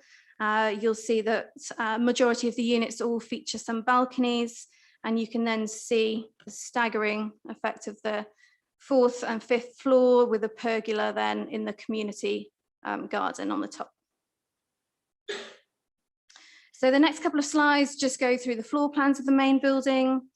The ground floor firstly, so there would be some accommodation units in the different colours here, along with the main communal area. So that would include the main reception area. You've got a lounge, lobby area, a fitness room, laundry and maintenance, and there's also a restaurant on site within the building. So these then just go through the upper levels with all the different accommodation units. So the first, the second floor, and the 3rd floor, leading then to the top floor. And this is again just a coloured view. Perhaps you can see it in a little bit more detail there. So you've got the pergola area, the lift core and the stairs, along with a small conservatory, and then all this area then would be landscaped and open to all residents for use. So this slide just shows a couple of the site sections. So the top is taken from the east of the site. So you can see South Hill on the left-hand side, Prime Place on the right, and then how that land level changes. So all accommodation in the proposed main building on the site would be set at the same level as the Prime Place development opposite. And then the bottom site section is a section through the site. So you've got the existing listed building, the proposed new building adjacent to it, and then the proposed main building as well. So just another illustrative CGI drawing of the proposed development. And this is taken from the site access point. So you'll be able to see how all buildings sit together within the site. This is an illustrative drawing of how it would be viewed from South Hill. Members will see that this outline in red here shows how the application first came in, and since then it has been reduced in overall height, bulk and massing, and that's just what that line shows, that difference. And again, just a CGI image there of how it would appear. So with regards to the loss of existing retail use, as I mentioned, the site does fall outside of the town centre boundary, so there's no requirement for evidence to be submitted to justify the loss of retail, and therefore officers raised no objection in this regard. The council's housing strategy includes an ambition to deliver affordable extra care schemes in Waverley, and this is also set out within the Surrey County Council commissioning statement and is supported within the Godalming and Farncombe neighbourhood plan. In this instance, the units would be private, self-contained apartments for residents, and they would be provided on a rental model. Residents would have full access to communal facilities and on-site services. So on-site care would be provided on a 24-hour basis. There would be community activities set up, a shuttle bus that can be booked by residents, the restaurant which offers meals, and fitness activities and day trips all arranged. The age restriction, like I said, is 65 years plus, and this would be secured via a Section 106 agreement. And the development itself would cater for a wide range of nursing, personal and domestic care services and needs, and that would obviously depend on the individuals who would reside there. But overall, officers are supportive of the use class C2 provision. Whilst acknowledging that the main building in particular is of a large size, scale and mass, which would undeniably have a greater visual impact, we consider that it can be provided without material visual harm, and it would bring a vacant use sites back into use. The likely impact on residential amenity has been very carefully considered, but taking all matters into account, such as land levels, separation distance and juxtaposition of dwellings, on balance, we consider the likely impact to not be of a scale to warrant objection. No heritage concern is raised, and conditions are recommended in terms of trees and landscaping. Officers acknowledge that there will be a loss of trees. 12 individual trees will be removed, but 48 trees will be planted within the site, and that would all be secured via a management plan. The Lead Local Flood Authority has raised no objection in terms of drainage, and likewise the County Highway Authority have raised no objection with regard to highway matters. There would be improvements proposed on the eastern footway of Brighton Road, which would also be secured in the 106, which members might have seen in the agenda report. This isn't a formal requirement of the scheme, it is just seen as a planning benefit that the applicants have put forward. Parking is proposed on an individual justification basis. So the applicant has set out that the average age of residents is expected to be around 85. And having reviewed the information put forward relating to other schemes that they have delivered elsewhere, and considering the very sustainable location of the sites, officers raise no objection. There would be financial contributions secured towards improvements at Holloway Hill Recreation Ground, and this is to mitigate any likely impact on the integrity of the SPA. That's all being reviewed by Natural England, and they are happy with that approach.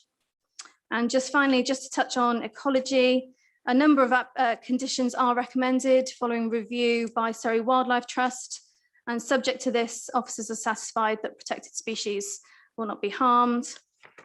And if I can just draw your attention to an update sheet, there is a proposed amendment to one of the conditions. I believe it's condition 30 off the top of my head, and that just adds a little bit of extra wording just to secure details for balcony screening, particularly on the northern and eastern elevations, which are those which would face onto residential dwellings. And I believe there's also an update with regard to Godalming Town Council. Originally, they were raising an objection, but they have since removed that objection, and now no objection is expressed. Thank you, Chairman. Thank you, Rebecca. That was a long one, wasn't it? Okay, we're public speaking again. So first of all, I would invite Tom Dunster to speak in opposition to this proposal.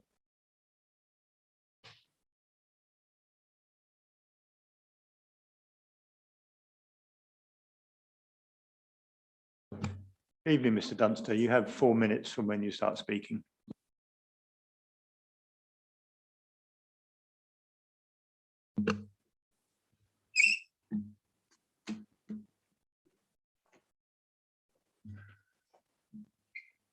Evening, everyone. Local residents don't object to the development on this site being for assisted living, but we do object to the plans and appreciate the opportunity to put these this evening. The councils are being put in a difficult position asking to approve plans where a number of apparent breaches to policies, 30 conditions where there's a noticeable lack of clarity around, and plus inaccuracies in the information provided by the developer. I think the main points I'll make now, and there's further details I can send to committee members if required. Overall, the building is too high for the site, it's unsightly and too close to the neighbouring Southhill properties and not in keeping with the local areas you've seen. It's a big eyesore really. It doesn't provide an affordable solution for elderly residents. There appears to be some uncertainties regarding the funding of the developer, site construction access issues and concerns, no advantage to the wider community, additional strain on medical resources, and a negative impact on the environment. Overall, we've looked at Birchgrove's other sites in Sidcup, Ewell, Woking. They're all 3 stories high, so why does this one need to be effectively 5 stories? We note on the Brighton Road elevations, a green wall design. Well, South Hill, as you've seen, will be dominated by this building, and the trees current there that offer adequate screening are going to be cut down and replaced with much smaller trees. It's going to be a real eyesore for South Hill residents. The plans have been revised, but really effectively there's been very little changes to them. Just one less dwelling, a small reconfiguration. The developer claims it's 4 stories now, it's effectively 5 of a roof terrace. We would ask the developer what percentage reduction has there been in the actual volume of the building. A big problem is the distance to neighbouring properties in South Hill, specifically number 49. You'll see on page 125 where the boundary is well within the recommended distance between the property, just 8 metres from the amenity space. To give you an idea of how overbearing it would be when the representative came to visit the residents there, they were visibly aghast at how close the boundary was with the proposed development. The developer has not, despite what's said in the papers, held one-to-one meetings with local properties, myself included. And we note the earlier discussions on the Dunsfold site about conditions, things like piling. If impact piling's used, it's going to be big structural risks to local properties. All these conditions really need to be seen in a transport and construction development plan before it can be really approved. In the interest of time, I'll go through the site access safety concerns. Safe to say a school child was nearly killed near the access point to the site. A pedestrian last where I saw myself. It's a highly dangerous junction, and you add in more traffic in there, it's going to be really, really dangerous. The environmental impacts there for you to see. The plan involves cutting down a load of trees, some of which are 2 horse chestnut trees that have been deemed to be healthy. They're actually protected species under the global ICUN list of threatened species. The development's not affordable. The current Birchgrove sites in Woking and Sidcup are only 50% and 30% occupied. A 2-bedroom flat would cost residents £50,000 a year. That excludes medical costs. We noticed affordability was a big area in the Milford case, so that should be considered here. Birchgrove, there's questions over. It's a very complex company structure, seems to be private equity owned. Is that the right model for what we want in the local area? Planning officers have said earlier about the conditions and how we need to understand them better, and not just the fact there is a plan, but conditions on those. I completely agree with Councillors Costa, Williams and Denis earlier that we need to see further details on that for any 15 seconds left, please. Yep. So overall provides no local amenities. Conditions need to be put into the plan to be enforced. Way too close to number 49 South Hill, in breach of that regulation there. And we would ask you to consider the inaccuracies in the papers, the breach of certain policies, the tree protection order on the horse chestnuts before you make any decisions to approve this planning permission. We request a deferral, please. Thank you for your time. Thank you. Thank you, Mr. Dunster. Now invite Honor Barrett to speak in support, please, who's on Zoom. Thank you, Councillor Elf. Yeah, my name is Honor and I'm the MD of Birchgrove, and I'm really grateful for the time that you've given us this evening.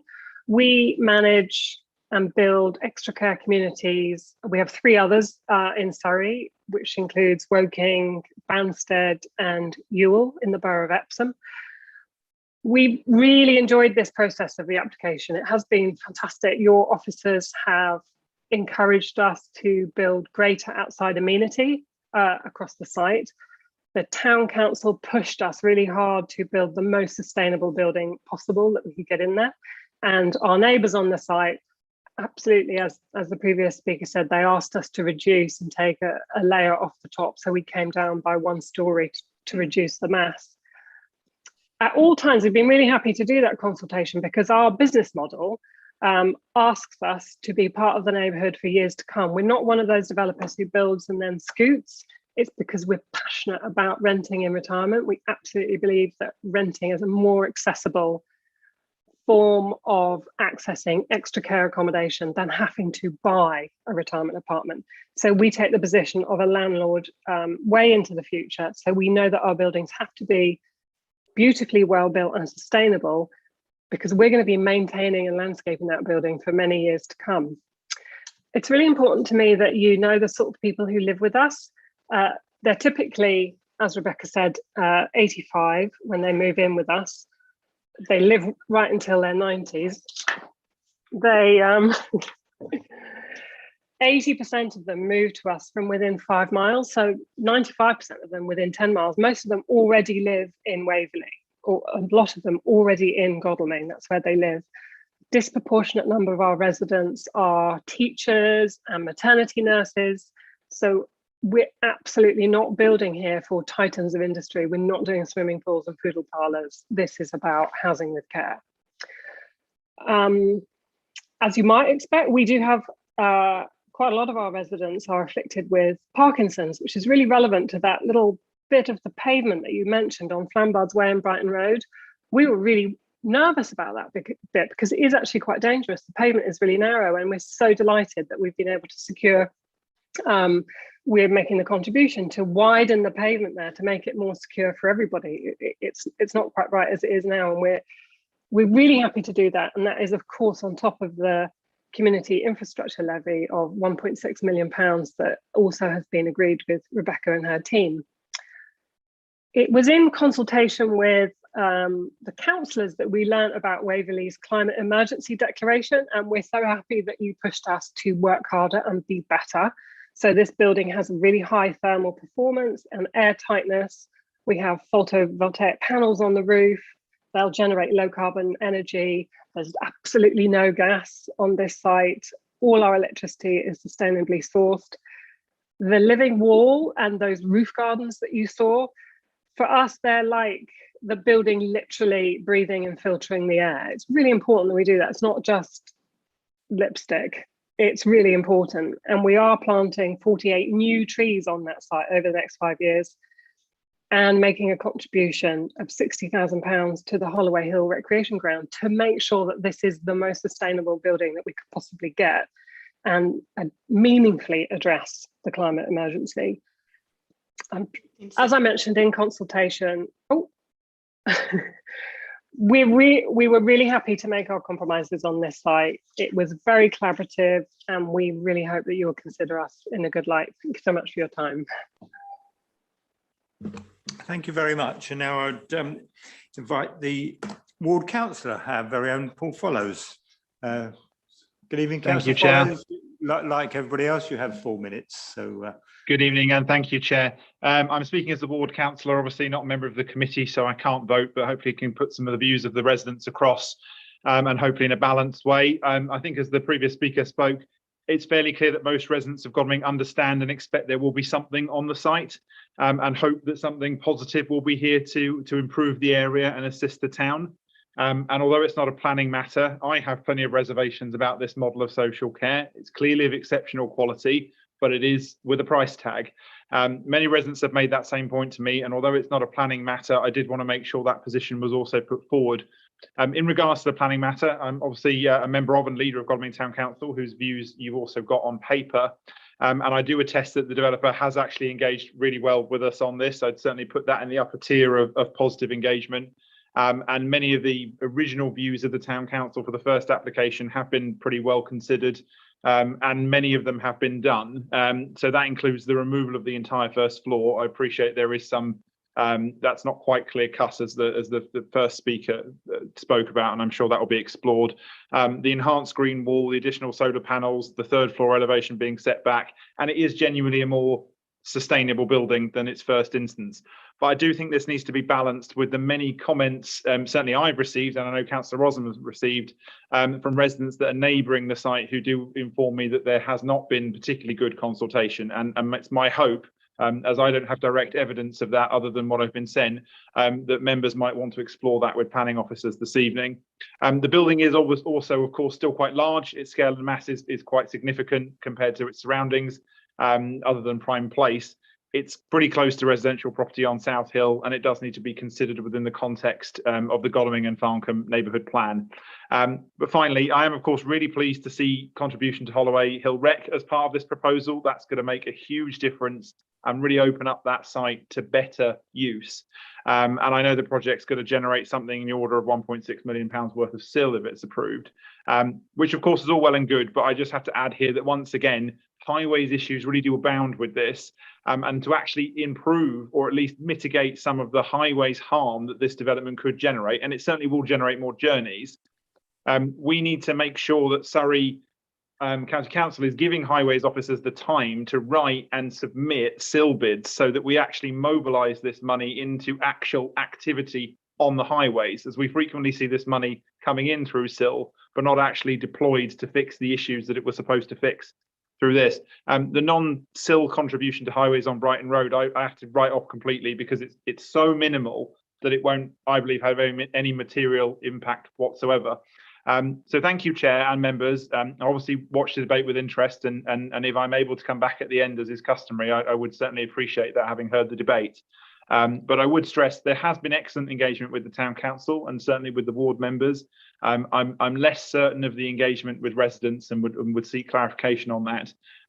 It is certainly a better building than the previous incarnation of the application. Is it good enough? Is the bulk and mass still too great?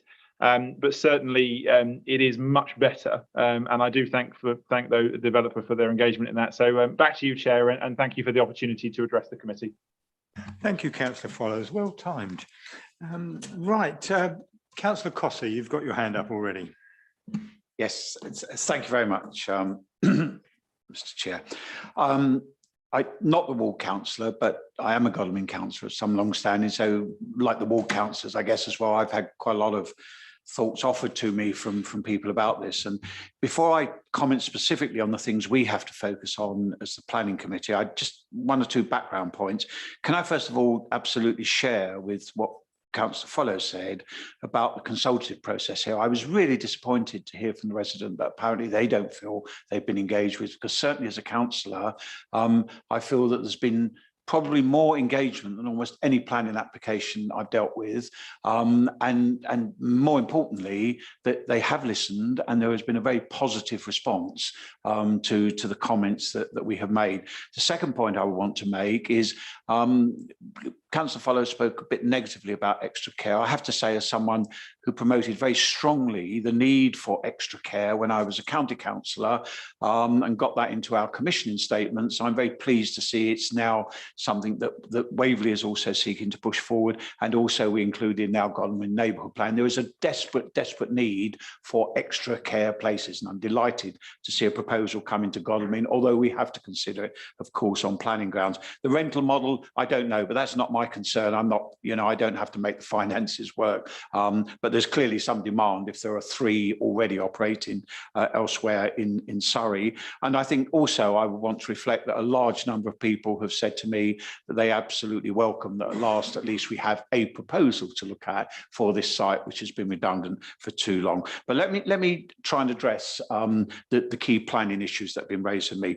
Bulk and size is clearly, I think, probably the major one, actually. The first proposals we saw disappointed me. I think it was too big. The applicant has done something to reduce that. I recognise that some people still don't feel that that's enough, but by and large, I tend to support the views of officers expressed in the report that there aren't any really substantive reasons, I think, why we could object on those grounds. There are buildings of higher size within the area. I know it will impact on the views from South Hill, but the change of that view is not in itself a material planning condition.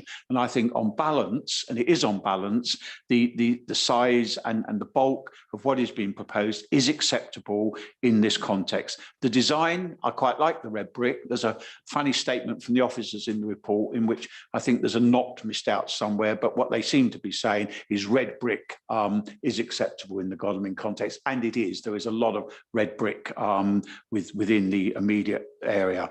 Highways, I did want to say something about highways because I have heard the statement made, and a number of people have made it to me, but this is a real problem. It's going to generate, additional traffic on the very dangerous Brighton Road. Well, I think what has to be understood is that given the nature of the people who are going to be living on that site, and I think this is reflected in the amount of parking that's being provided, that there is not actually going to be a huge amount. And I have to say, I've lived in the area long enough, 45 years now, to remember when it had other purposes and there was a lot more traffic generation, frankly. And that's what realistically in planning terms we have to compare it with. So I realise I'm running out of my time, Chairman. So all I really, I think, want to say is I think if you look carefully, and I'm sure all members have, at what the office have said, this is rather an on-balance application, but it's a good application, and I think reasonably we can support it, and it will provide a much-needed facility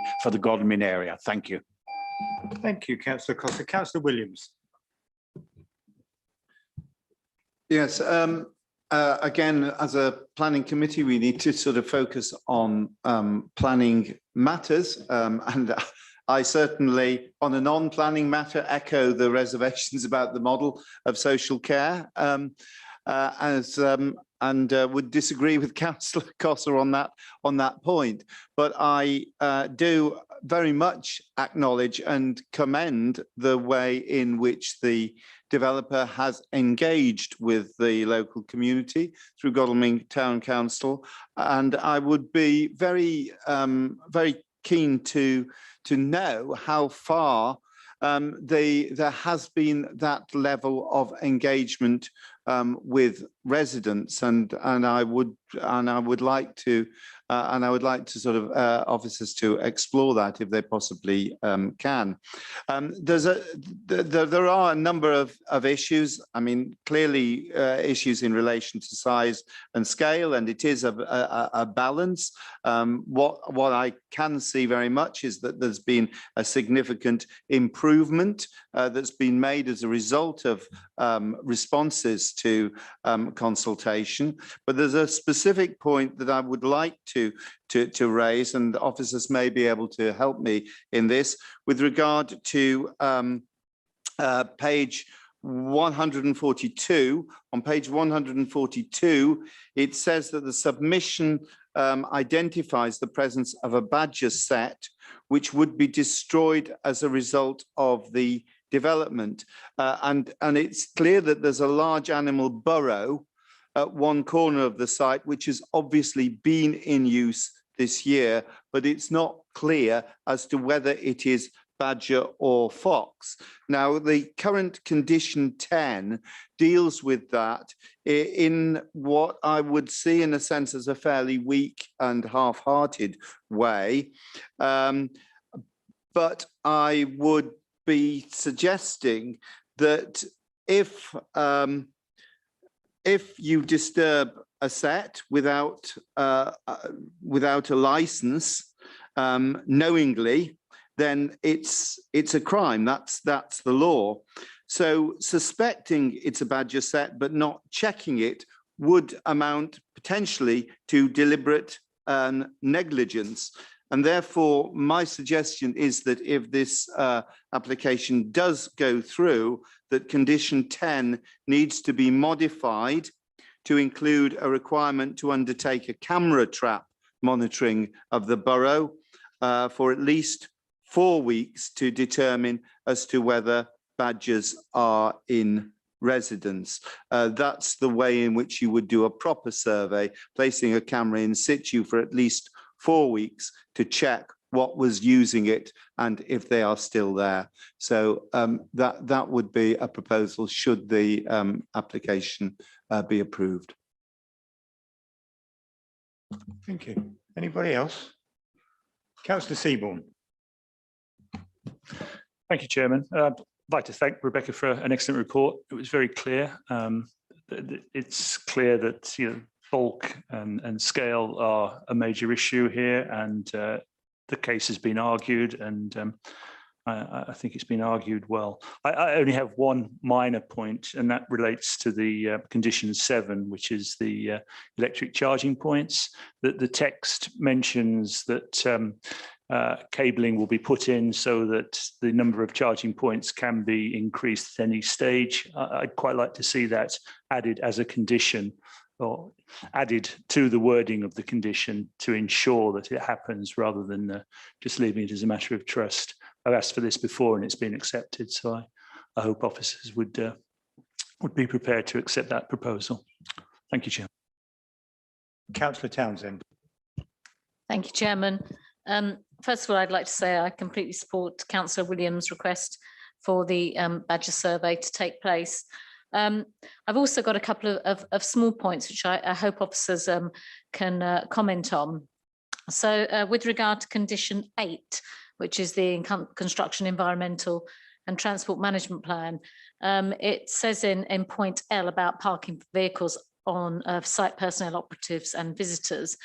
Now, I'm sure that we're all very aware that construction vehicles tend to overspill construction sites, and round here, where parking on the hill would be on Brighton Road be extremely dangerous, I think there has to be some commentary about that within the construction environmental transport management plan to say that some enforcements take place on parking in the adjoining roads to the site, because otherwise it could be really chaotic. And having dealt in the last few weeks on sites local to me, and you know, the parking all over pavements and things locally, you know, it can really become hazardous for residents.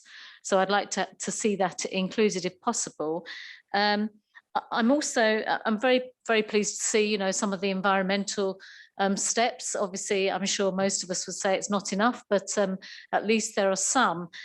Within condition 13, which is to do with the landscaping, let me just scroll down to it.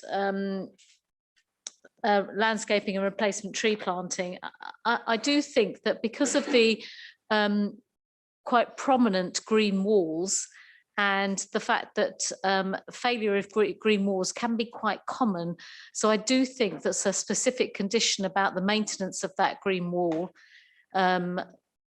should be also particularly commented on, because I think we are relying on that in some way as well to make the building and the structure look greener and to sort of disappear a bit more into the landscape. So I would be grateful if we could include a specific comment on that.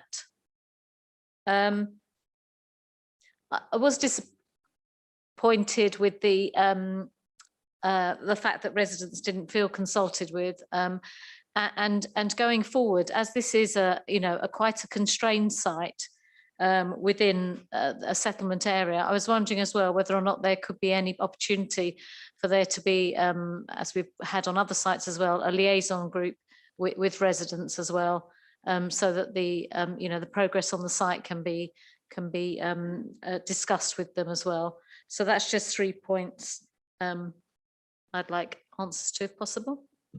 Thank you. I know beauty is in the eye of the beholder, but I'm surprised that nobody's commented on how flipping ugly this building is. Prime Place is bad enough in bulk and scale, but at least there's some articulation and change of materials. This is like something out of, I don't know, Russia or something, I think. Horrible, you know, it's just going to be red brick and glass, and there's no articulation on it at all. They're just great big blocks. I'm surprised at you being happy for this to come into our historic Godalming town, but never mind. Councillor Gale. Took the words out of my mouth. Yeah, I think the bulk of it and the scale of it is huge, and it's being sort of compared to Prime Place as in bulk and size, but I don't really think we need to just keep building things the same size all the way along everywhere. Just because something's big doesn't necessarily mean the one next door to it has to be huge. I don't think it's got much going for it in the way of its looks. I agree we need affordable extra care. But affordable, this isn't really affordable for very many people at £50,000 per annum. And also we've been told tonight that they've got other similar properties, the same as this, but they're not full. So I'm wondering if we really need something of this scale in Godalming. There are other places just up the road. Thank you. Officers, did you make a note of those various condition changes? I've got amend the condition recharging as requested by Councillor Seaborn. Councillor Denis has frantically got something else to add. Yeah, would it help? I've got the policy in front of me about car parking charging. Okay. And what it says is guidance suggests that for developments of flats or apartments, 20% available parking spaces should be fitted with a fast charge point with sufficient power supply made available for a further 20% of spaces to be fitted with the additional fast charge point. So Councillor Seaborn's point, I think we can add with sufficient for a further 20%, okay, which then complies with the policy. Just thought I'd get that in before they started to... Right. I'm just going to run through the various alterations or the extra conditions that have been asked for and see if everybody's happy to go forward on a vote, including those as conditions. So there's the one with the charger, which Councillor Denis has just amplified on. There's Councillor Williams Badger camera survey. Councillor Townsend's traffic management plan and landscaping maintenance. And I think the liaison group would be an informative rather than a condition. Is that, I mean, are you happy for us to, sorry, have you got? Go on. Officers? Thank you, Chairman. The one I've got a little bit of concern about is changing the wording of the badger condition, because I think it was, I think what was said that there would be 4 surveys instead of the one that is referred to in the condition, and I think we specified a way of checking the sets. I'm not an expert in terms of what is required, and that condition has come from the wildlife trust in that format, and I'm just conscious of making sure that any conditions we put on are proportionate and reasonable. I'm happy to have a conversation with the wildlife trust outside of the scope of this application, but I'm not sure that we're in a position to say that it should be different to what they'd requested for condition 10. Councillor Williams, would you like to come back on that? Yeah, I don't pretend to be an expert on badgers. I defer to others in who I share my political label with to be very knowledgeable about badgers. And I understand that the standard way in which one would survey to ensure that one was absolutely certain that this is a badger set rather than a foxborough requires more than the kind of cursory look that is there in condition 10, but requires the placing of a camera in situ for at least 4 weeks. That would seem to me to be a perfectly reasonable conditioning that would ensure that we were certainly compliant with the requirement where a set is not disturbed without a license.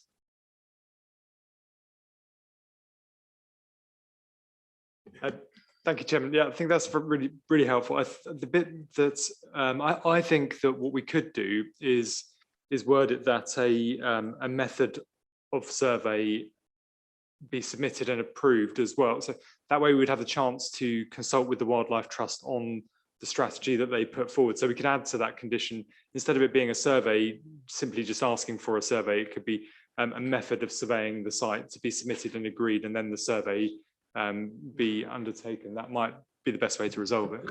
Yeah, that's fine. I mean, clearly, I mean, that's an indication that the method of surveying that is actually in the current condition is insufficient and needs to be actually reconsidered, which I think is the point that certainly my colleague Martin was making. Councillor Townsend. I was just going to add, just for a question for Chris, would it be helpful as well to add then an informative that it was in accordance with standing advice for local planning authorities, the government standing advice for local government authorities for badgers, surveys and mitigation? Would it be able to add that on, and then it could be in line with the surveys outlined in the government advice? Okay. Thank you. Yes. Yeah, thank you, Chairman. I'm happy to add an informative. Thank you. Okay, so before I return to, sorry, Rebecca, did you wish to say something? Sorry, Chairman, I want to make sure that all the points that have been raised have just got addressed. So I think there might be just perhaps a couple of things just to run through in addition to what we've just said. So obviously, I think we've covered off now condition 10. So that was the badger side of things. Condition 7, yes, I think we can add in the wording to ensure extra cabling. There have been instances where we've done it on other applications. I believe we've referred to the wording provision of cabling, you know, to accommodate additional vehicle charging points at a future date, rather than specifying a set percentage, so that actually the cabling can be provided across the site, and we're not then sort of setting a maximum spaces, just thinking, you know, in that terms. Condition 8, That was the commentary about parking on adjacent roads and not resulting in any sort of disruption to residents. I think we can pop on an informative to that effect. Condition 13, I think that was in connection with the green wall aspect and the maintenance. Yeah, personally, I think that might be something that might be more suited to securing under the section 106. So a maintenance strategy for the long-term maintenance of the green wall. There is an informative number 9, which refers to sort of ongoing community involvement, and potentially we can amend the wording of that just to specifically relate or refer to a liaison group, if you wanted to just be so specific with that. I think going through my list, that might have been everything in terms of amendments to conditions, additional informatives and things like that. But if I have missed off anything, then just please let me know. Thank you. Okay, Councillor Reid, you wanted to say something, and Councillor Williams want to come back. Thank you, Chair. I think what's been omitted here is the fact that we are all people. We're thinking of the elderly. We're thinking of, you know, the care they need. But you have to move forward with the people in your community. Now, we've had a very big construction site for a similar facility in Cranley, in my ward, and the developer has done exactly that. He's communicated with everyone, not only ward councillors, but people in the area. And how they've done this, they didn't have a liaison committee. He just wrote, the company wrote to every neighbour a personal letter regularly to say, we're going to have huge deliveries on these days. There will be heavy traffic in the area. We've had no objections. We've had no bad feelings. It's been absolutely wonderful. And I think it's really key to take people with you. And I sympathise with neighbours in this particular instance. You can get all sorts of problems with the liaison groups. And I think individual letters and keeping the ward councillors involved, even if they're Godalming councillors, you know, town and ward councillors in the whole of Godalming, not just in that particular area, to take residents with them. You know, there's going to be a noise in the next, we're going to be piling for these weeks. You know, those sort of things need to be taken into consideration. And then I think it would be very successful, because we've not concentrated on the people involved. We've concentrated on maybe providing facilities for the elderly, for our relatives, for construction. And that's the last point I want to make. I take up Councillor Townsend's point. You know, there has to be a system for delivery of construction materials. This is a very tight site. And if people know about what's going to happen in advance in the long term, medium term, and very short term, you'll have everybody supporting you. So that's my message to the developer, who've been excellent, and we've enjoyed hearing about their plans. There was one other thing that I wanted to mention. I couldn't, and I don't think it's just my eyesight, but you can't read on these reproductions of plans what the facilities are. Now, I've had my own 2 parents living with me before they died for 2 years, or just over 2 years. And I know the sort of facilities you need in these, you know, facilities that they're providing. My question is, when I looked at all these plans, I couldn't see where there were communal facilities, for instance, where there is enough room for a hoist, for instance, where the carers were going to be accommodated. You know, I would have liked to have seen that. That's just another comment. Thank you. You can always look at the drawings in more detail on the website. You don't have to rely on the drawings reproduced here in the report. These are just as a guide. It's often a lot better if you want to see the detail. Councillor Williams, you wanted to come back.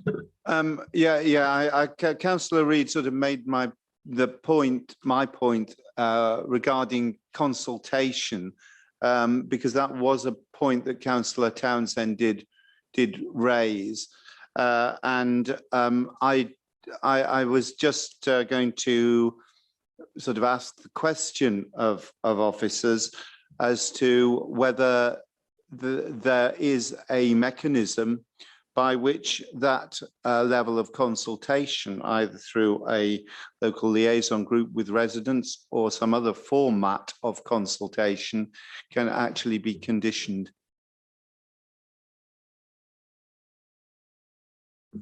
Chris.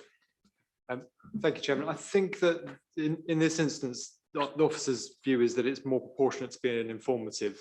The scale of the development isn't such that we would expect to see a condition. So I think in this instance, you've got to be aware of kind of proportionality of putting those conditions on.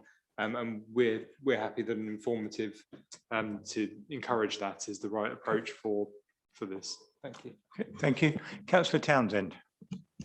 Thank you, Chairman, for allowing me to come back. I just wanted to take slight issue with perhaps with Rebecca about my request for the not parking on adjoining roads or adjacent roads. I really feel because of the site position and the constraints of parking on the site, that construction workers and other visitors might be tempted to sort of park opposite in the road opposite, and also potentially park sort of half on the pavement, perhaps.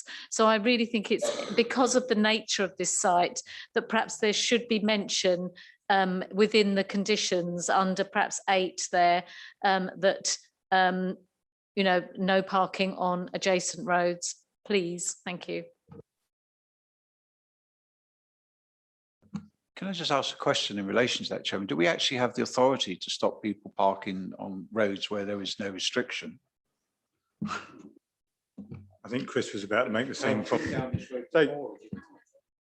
Well, okay. Thank you, Chairman. And that's the I think that's the issue that I'm a little uncomfortable about including it, and I think probably is better suited as an informative. It's because of it looking to try and control things that are outside of the red line of the site. I think in this instance it would be the right thing to put an informative on rather than a condition. I mean, obviously, I will have to take your advice, but we have used it as a condition on other sites. I know in Newhurst, on Firethorn, Chanrossa, there were conditions about the parking on adjacent roads. So, you know, you know, if we can only have it as an informative, then I want it there. But I don't know whether we would be able to take the wording. I may not have expressed the wording as well as the officers had put it into the actual condition itself. Okay, Councillor Sadler. Thank you. I'm just looking at recommendation A, and it says in it, financial contributions towards improvement at Holloway Hill Recreation Ground. What quantum? Can we have some idea on what that actually means?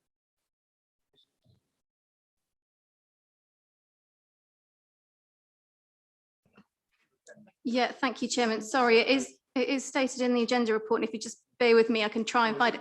Off the top of my head, it's about £60,000 for an identified project.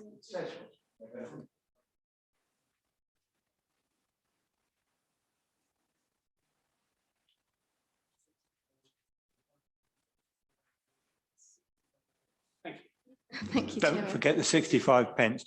Right, I think we've talked this one to death. I'll go back to Councillor Follows and invite him to sum up before we go to the vote. Thank you, Chair. Thank you, officers, for an excellent report and members for a constructive debate.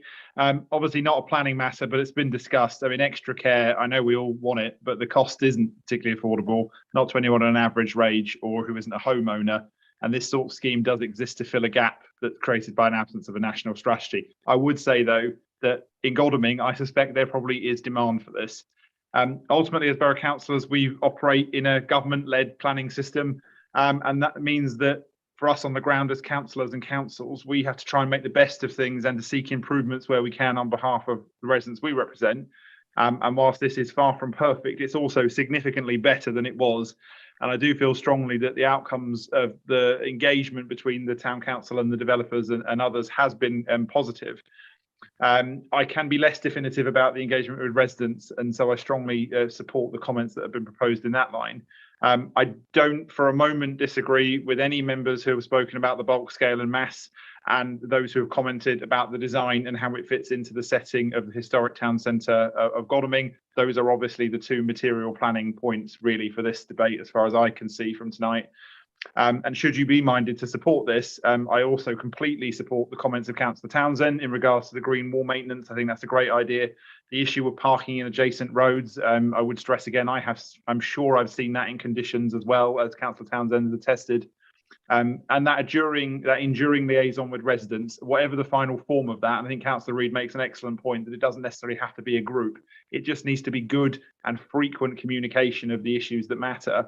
And so I thank them both for including those. And of course, Councillor Williams in regards to his badgering for local badgers. So thank you. Thank you, Chair, for the opportunity to come back, and I'll leave you to your deliberations. Thank you. Thank you, Councillor Follows. So, members, just remind you that we're judging this on planning grounds and not on any political points.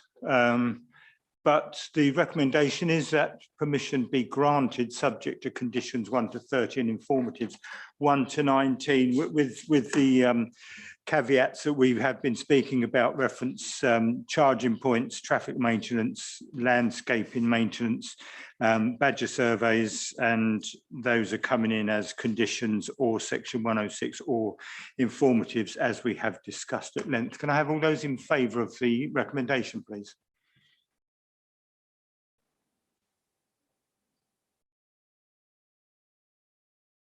And those against? I'm on my own. I'll stand up for good design. That proposition is carried. Oh, one abstention, sorry. Two abstentions, sorry. I do apologise, chaps. Right, well, thank you all for attending the meeting. Excuse me, Chairman, could we just have a formal resolution on recommendation B, just in case? Sorry, Thank yes. you. That's not on my notes, sorry, somebody's let me down. So recommendation B, which is in the main report. All those in favour?